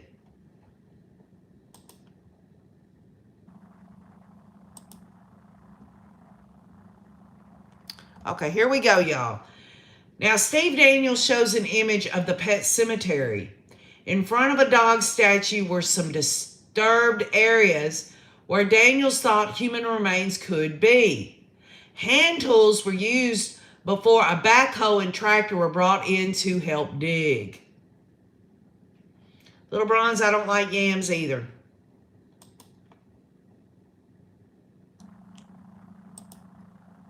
I guess we need to stop talking about food now that we're getting back to this, because this is gonna upset me, I think. Because they're talking about digging up the pet cemetery, y'all. And we already know what Hermosillo has already said about it. I don't know if Daniels is going to repeat it or not.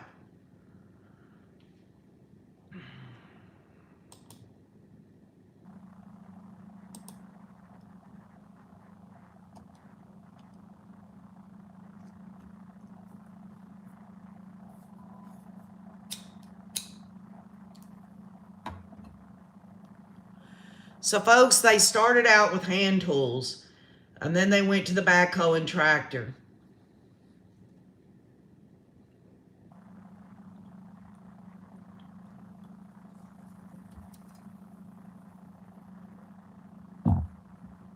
All of you're my kind of person. Coffee and a smoking coffee.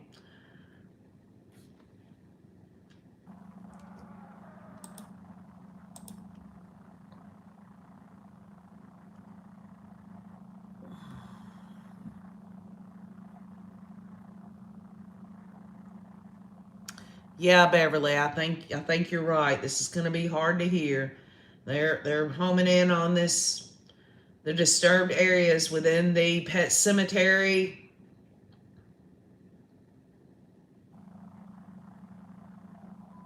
That's me, Lisa Fisher. I don't know if you're just saying, yep, Marlboro Lights in a box. It's just because you seen me with them, or that's what you like. I don't know. It's not healthy, but there ain't much more in this life. It is. I mean, yeah, there's some healthy things. I'm not gonna sit here and excuse it. Okay, y'all, this is where things get a little hard here. We now see an image of a piece of bone found in the dirt. With the size of the bone being found, I could also smell an odor I could associate with human remains decomposing.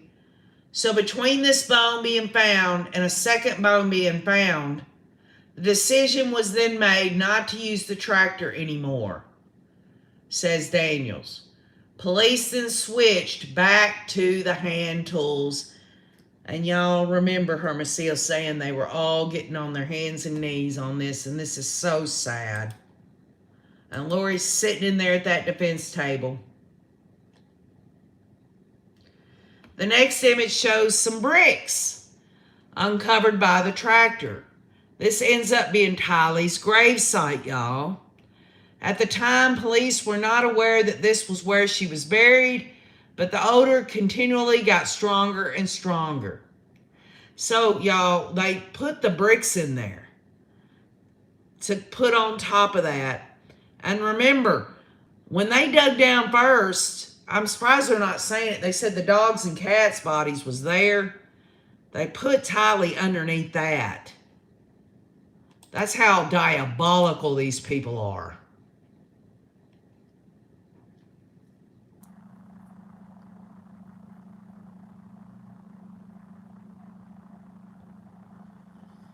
Well, John Shepherd, I've never had to smell that, and I hope I never do. Some people say you never forget it.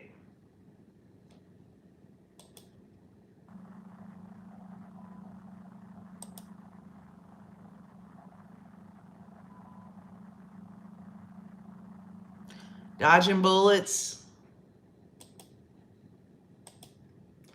This had to be so devastating to these law enforcement officials to have to do this. We now see a photo showing the first pieces of Tylee, y'all, that the officers uncovered. At this point, they were unsure what they had found, but it was a bigger bone. I hope Lori appreciates what she did. I hope she appreciates how they're going to treat her in prison.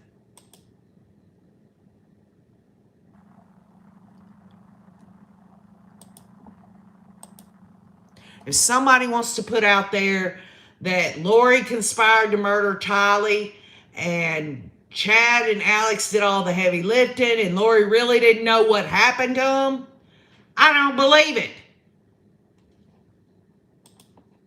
I don't know, and I really don't see that Lori was right there there's no proof that Lori was out there when all that was going on. But I can tell you right now, it don't matter. It don't matter if Lori knew or she didn't know. The point is they were murdered. Anything that happened to conceal or alter those babies, whether Lori knew it or not, makes no difference to OKJ.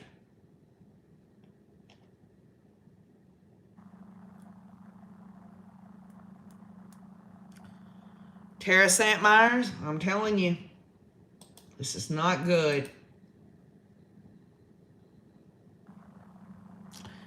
Yeah, there was somebody that said, maybe it was you, Jay Blake, earlier, that Kay and Larry left. I just feel for them so much. I love them and I love their family. Y'all, on the big screen there in the courtroom is a photo of the bigger white bone found at the burial site. Daniel says, at this point, we didn't know if this was an animal or human. We were trying to excavate it and get it out of the ground. An anthropologist was on the scene.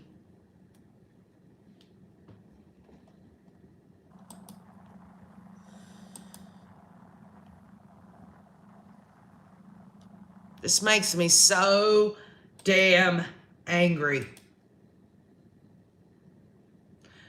I agree, Tina Reddington. They probably knew this was coming.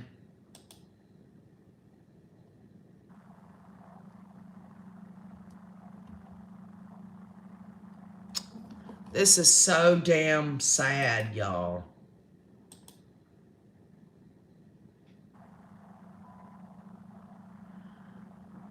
Illegally Blonde, Lori is absolutely removed in her own narcissism about all of this.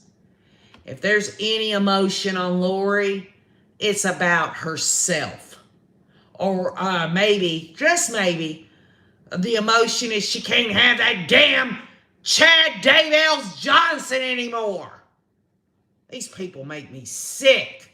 Sick!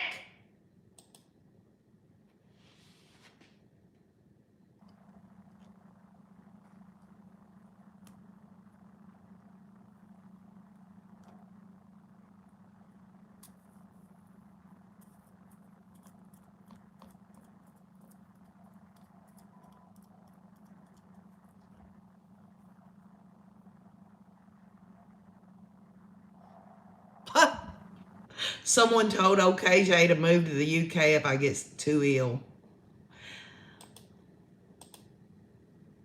I quite love my Tennessee home.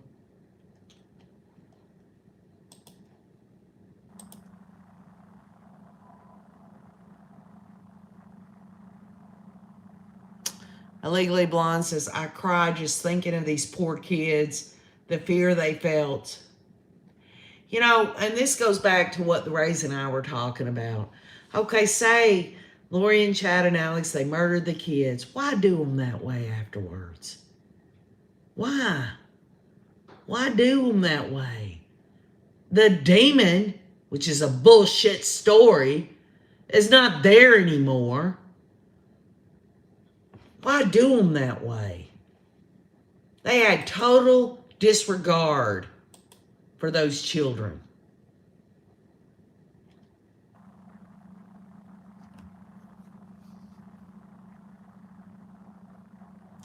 Amica says, this case makes me angry and sad. Sarah Schultz says, there were so many other options. Jay Blake says, ritual killings. Mark McGarry says, this is the ritual of Chad. Chatty Boy calling the shots, says Cowboy Fast Draw Missy.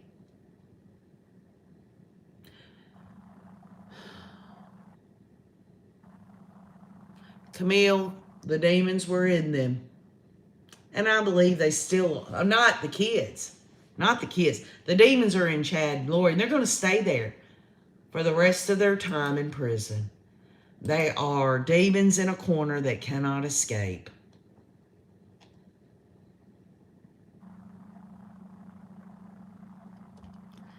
All right, y'all. The next photo shows pieces of Tylee's remains recovered from the ground at the end of the day on June the 9th. Daniel says, at that point, we established a new perimeter around her burial site and came up with a better excavation plan. The remains were placed on a blue tarp. Summer Shiflett is wiping tears from her eyes as these photos are shown. She's looking down and her eyes are closed, and Lori is looking down. I think Lori's probably looking down because that's where hell is and that's where she's going. Lori is such a faker.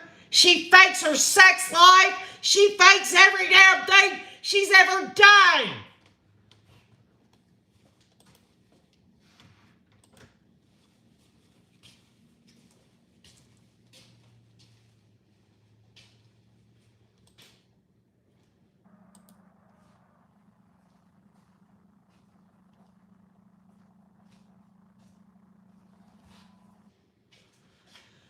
The next photo is a close-up view of the pieces identified as Tylee. And Daniel says, you can see the bigger bones sticking out of the ground. He says her remains were melted together in the ground. You see, it wasn't enough to snuff these babies' lives away. They had to absolutely just sacrilegiously, blasphemy, evil-wise, they had to do those things. That, my friends, is the minds of serial killers. Make no mistake.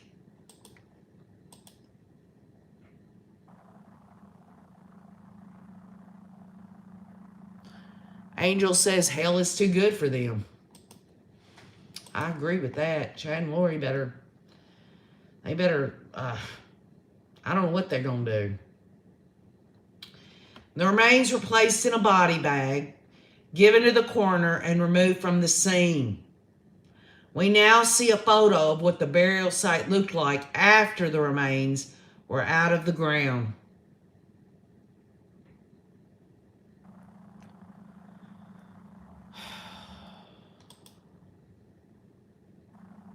Sandy Phelps says Lori's not laughing anymore. John Shepard, great point. This is something Jeffrey Dahmer would have done, other than I don't see any proof that they ate on the remains, but I wouldn't be surprised. I mean, if you can do this to a human being, a child, an innocent child,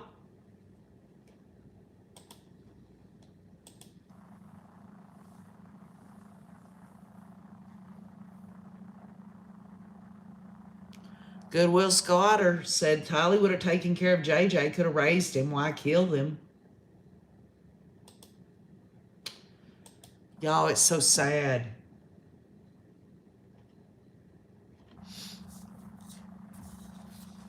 It's just so sad. It breaks my heart. It really does.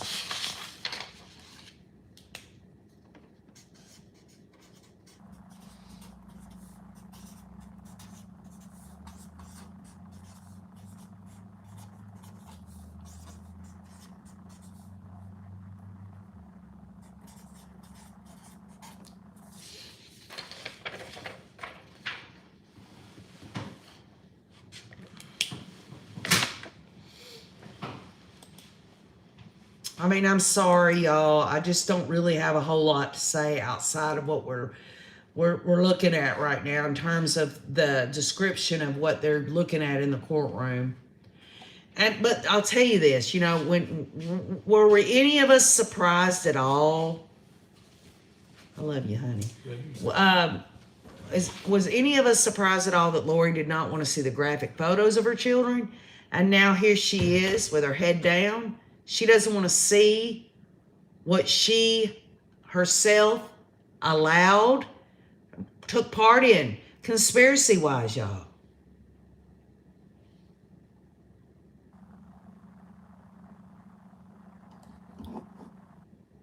This is reality. This is what it all came down to. And make no mistake, their mouth shuts for as long as they could. The longer they kept their mouths shut, the more decomposed those children would have become. But I'll tell you something. When they did what they did, the bindings, you know, they did the fire on Tylee, but they did the bindings on JJ. Little did they know that Idaho stays pretty cold during those 8 months they were in the ground. And JJ was pretty well preserved. There was some decomposition, but make no mistake, y'all, they're going to be able to tell you the cause of death of JJ Vallow. They're never going to be able to know what happened to Tylee.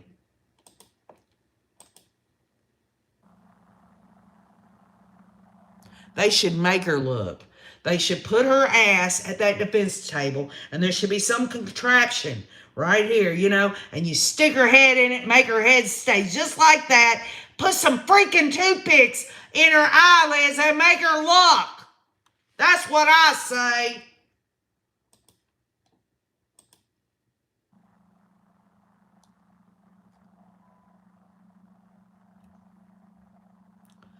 Crews continued their search on June the 10th. Blue tarps were placed on the ground and a sifting operation was set up to find more possible remains in the ground, says Steve Daniels.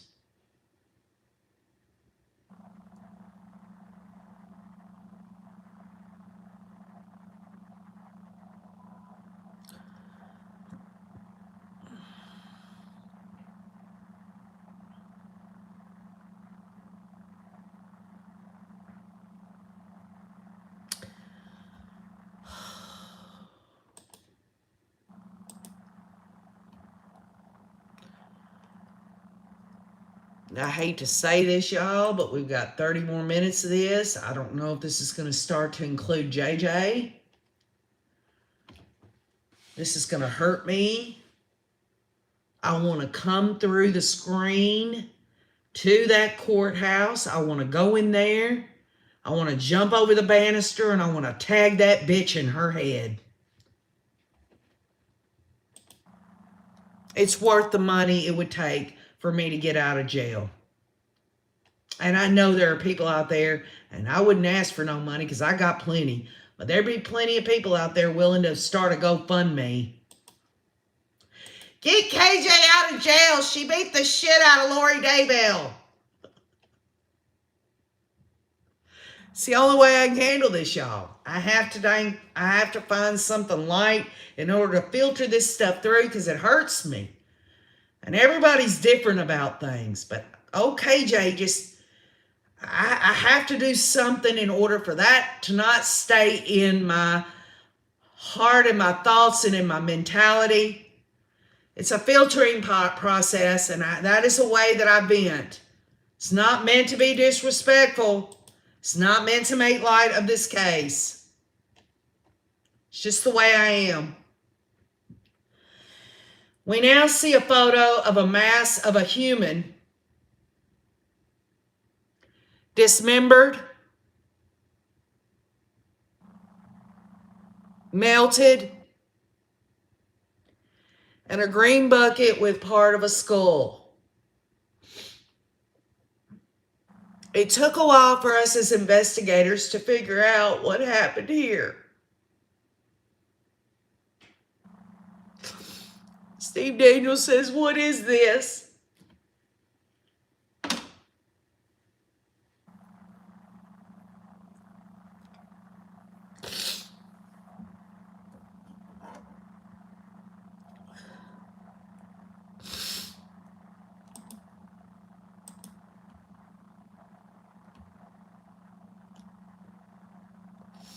We want to show how these remains were buried so we can show the story of what happened here, Daniel says. Lori continues to look down while taking notes on a yellow pad. What the hell does she have to write about?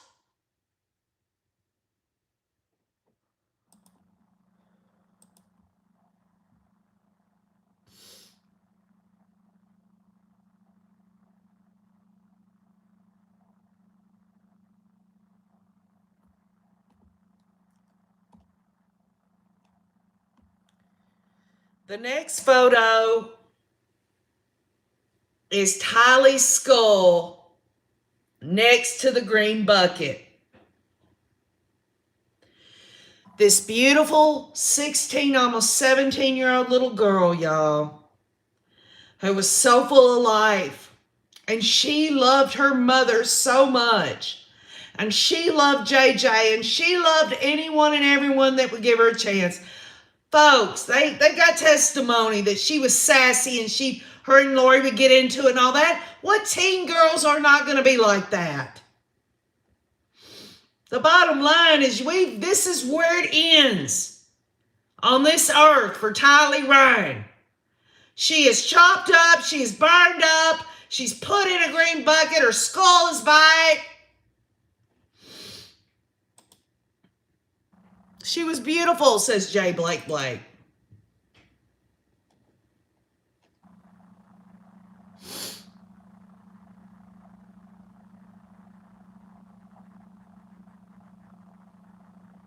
She was JJ's protector.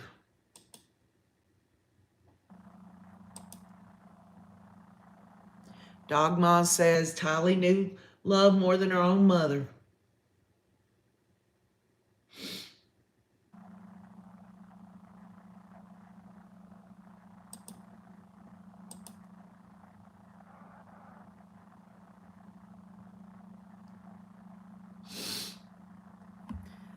Steve Daniels says the team tried to lift the remains out of the ground, but they all fell apart.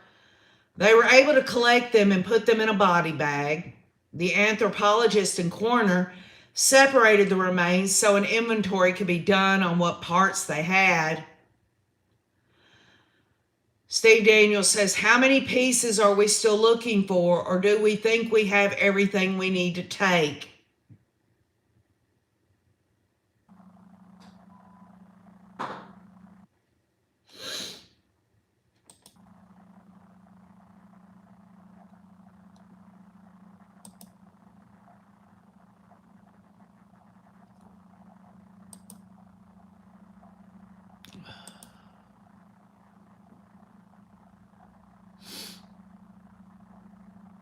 Kathleen Curtis says, wash over us, Lord.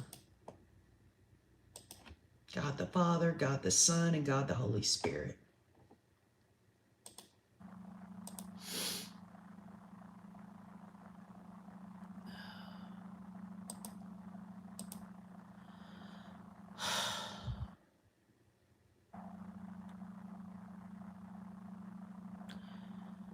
Well, I'll tell you what, dodging bullets. Lori might want everyone to see the ugliness of what she's done. The bottom line is I see that the only way to get rid of all this ugliness is justice. However that's meted out, however that is measured out. It's a damn shame, is it not, that people can do stuff like this and it seems like their punishment is nothing compared to what the victims had to deal with. And Brittany Cordron is reminding us all, Tylee is with JJ and her dad, and I agree with that. But honestly, y'all, we're here on this earth until we go where we're going. If you believe in such things, I do. These are the kind of people that live here on this earth. This isn't an isolated thing. Children are murdered every day. We read it in the news all the time.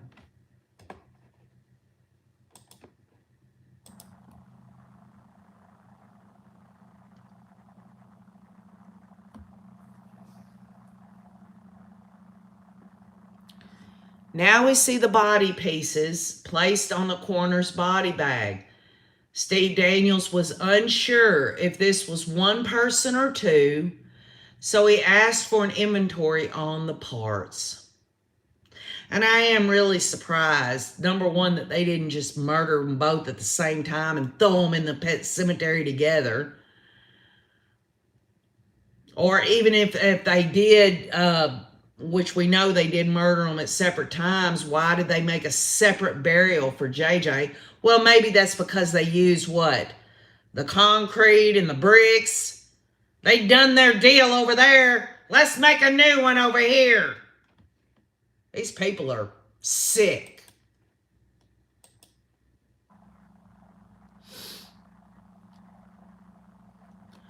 Steve Daniels says after all the human remains were collected, a backhoe dug deeper and wider into the burial sites. He said this was especially important on JJ's burial. His was the first burial we found, and we wanted to make sure Tylee's remains weren't in the same area. They didn't even know if that was all of Tylee, y'all. They had to dig around where JJ was at to make sure there wasn't more over there. Wouldn't have surprised me.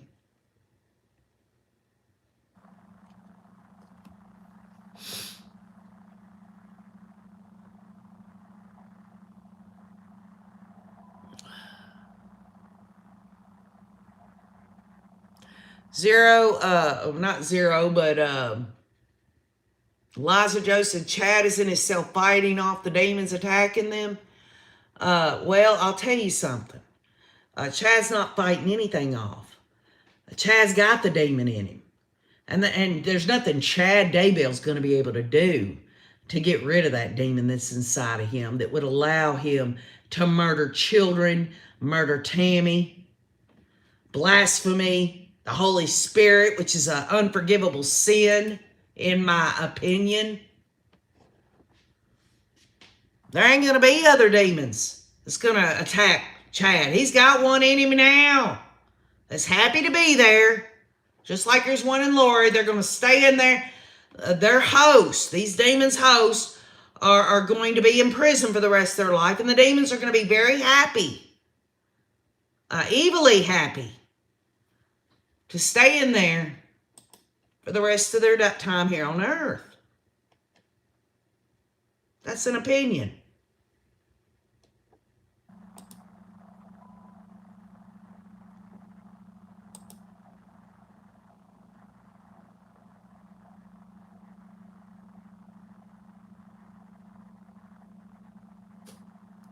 Okay, John Shepherd, are you trying to cheer me up that Bubba is going to be Chad's major demon? Oh, Chad's going to know all about those late nights. Chad's going to know all about those little taps on the shoulder while they're in the shower room. I'm sorry, y'all. Letting it out. Letting it out.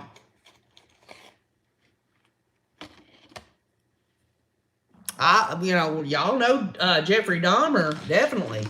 He got murdered in prison. Maybe Chad, the same fate will happen to him. Who knows?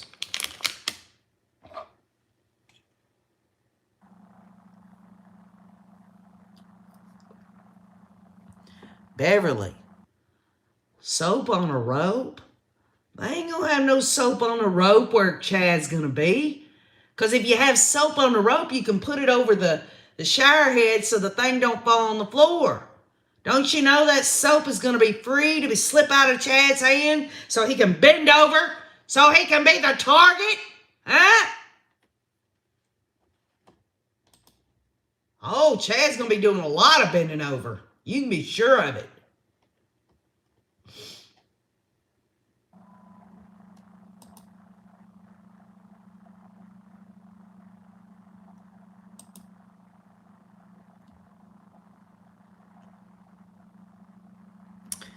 Now, Rob Wood asked Daniels if police searched the shed and barn on Chad's property, and Daniel says yes. We now see a photo of the garage door open on the shed. The next image is the interior of the shed. And how many of the Rays on here said, this could have all happened out at those outbuildings? Daniel says, knowing what we are dealing with a burial, one of the things we're interested in is the tools.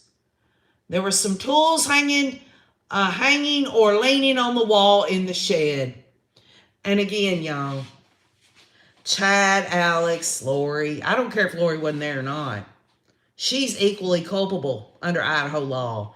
But let's just, for sake of argument, Chad and Alex is out there. We know Alex is out there for 2.5 hours. Chad's out there with him. These people are serial killers. They're evil, nasty, gross. When Chad is sending a message to Tammy, I'm going to take a shower and then I'm going to go right at BYU, you know it, y'all. He had blood all over him. It's disgusting. Disgusting.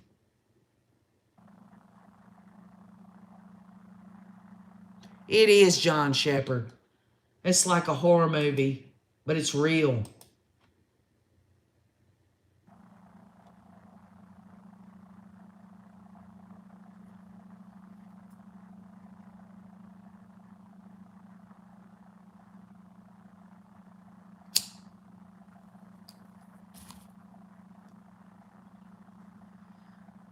And what gets me about it all is Lori ain't queen enough to look at what happened to her children. She's got to look down, y'all. She's got to look down.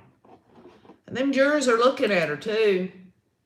But make no mistake, when all this testimony stops, if it stops today, when court is adjourned, she'll get up and start chatting and smiling with her attorneys again.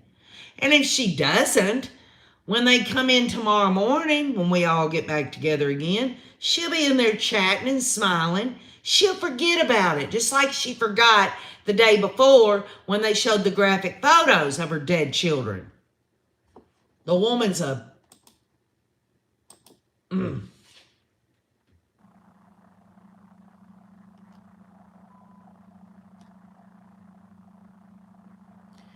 We now see, y'all, an image of a pickaxe and some shovels that were seized as evidence.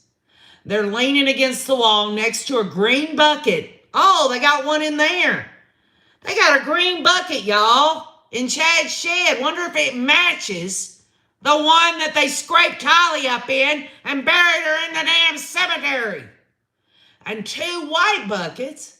We see a close-up photo of the pickaxe, and there is some material on the blade portion. A close-up image of 2 shovels shows how dirty they are, could potentially be ash or other things on the shovel, says Daniels. Well, you better believe it. You better believe it. They've already said in opening statements that Tylee's DNA was on a pickaxe. They sure didn't use that pickaxe to shovel up Tylee's flesh and put it in a green bucket, did they?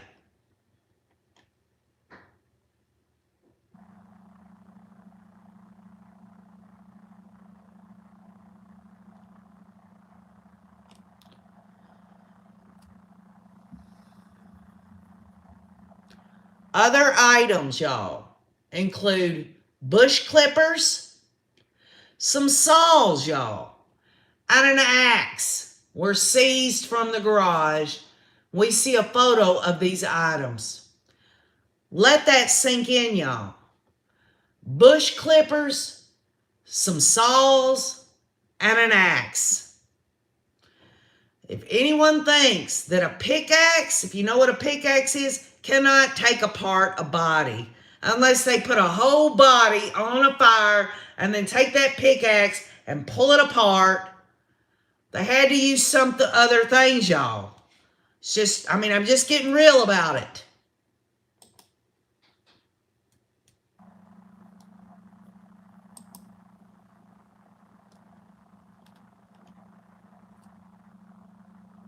Some bricks found on the side of the shed were also seized. The bricks, y'all, were similar to those found at Tylee's burial site.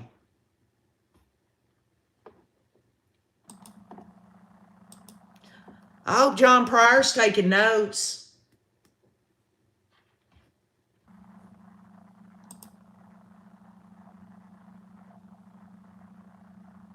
It is, Jessica K.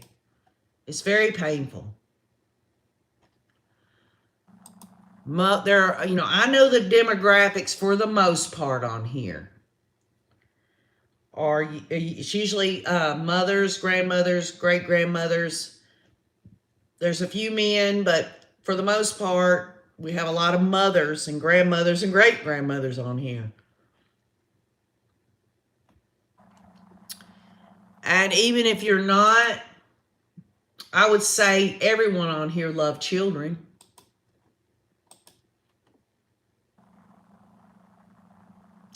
It is quite contrary.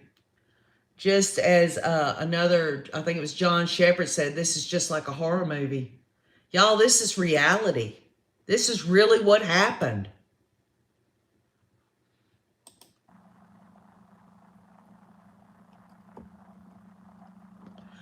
Oh, Lord, y'all. We're now being shown photos of the pond area where JJ was found.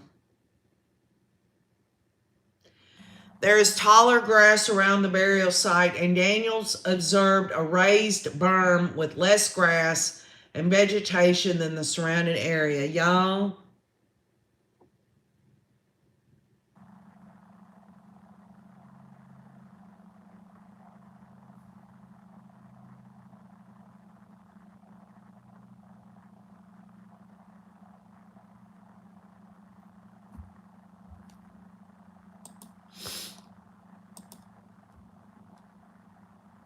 that sweet little boy.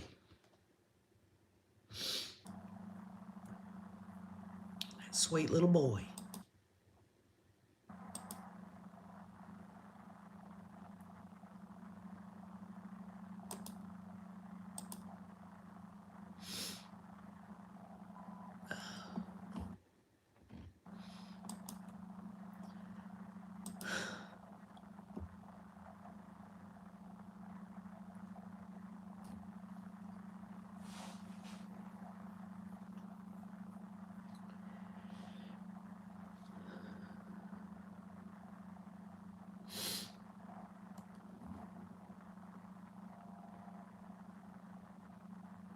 I'm waiting for an update, y'all.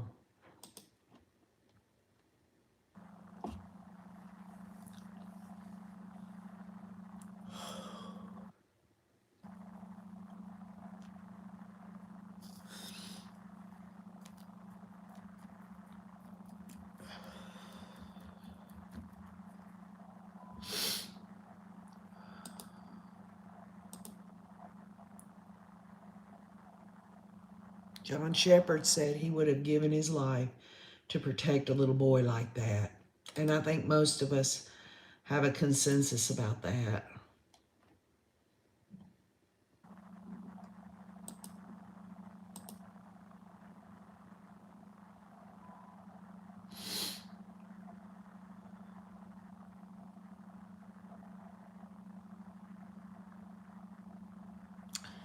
Thank you, Mr. M. I really appreciate that.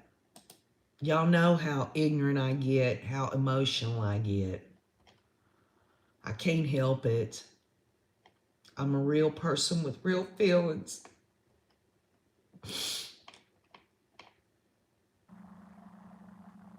Daniels is describing how police went layer by layer to remove the ground near the pond. At this point, we honestly didn't know if this was a burial or not, says Steve Daniels.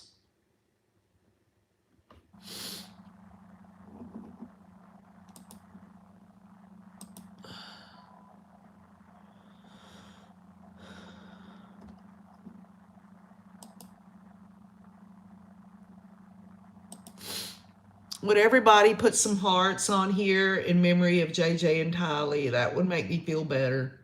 Just put some hearts on there. You don't have to say anything. Just put some hearts. Please. If you feel so inclined to do it.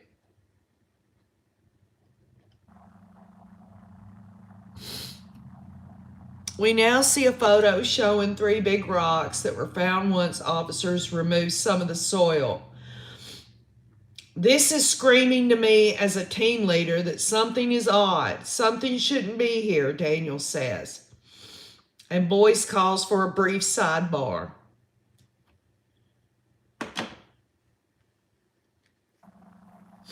Thank y'all so much. Y'all been so good to me. Let's continue to keep the victims' family members in our prayers. Because this hurts us. You can imagine what it's like for them.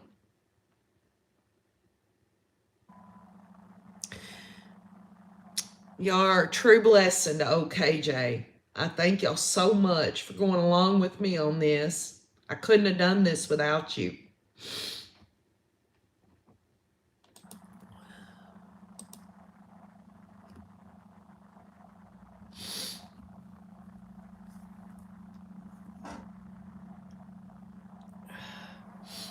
I have not seen Lori look up for the past hour. She continues to write in a yellow notepad with her back toward the gallery.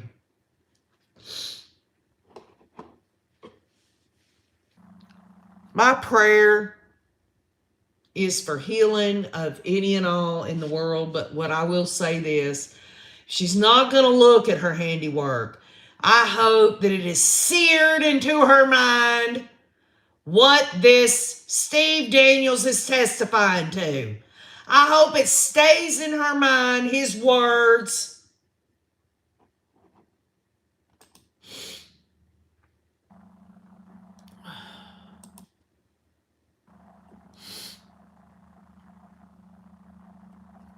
Boyce says we will conclude with testimony for today and continue tomorrow.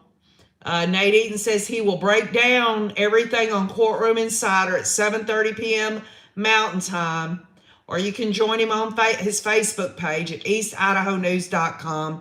And I plug Nate Eaton because that man has worked his ass off to give us blow by blow. And I want to thank all of y'all. Y'all are the best of the best. I thank y'all for joining me and getting me through this. We'll be back together in the morning. Be looking for the audio, y'all. Summer Shiflett and Lori talking on the jail phone call. And just thank y'all for being here. It means a lot to OKJ. Y'all have a good evening. See you in the morning.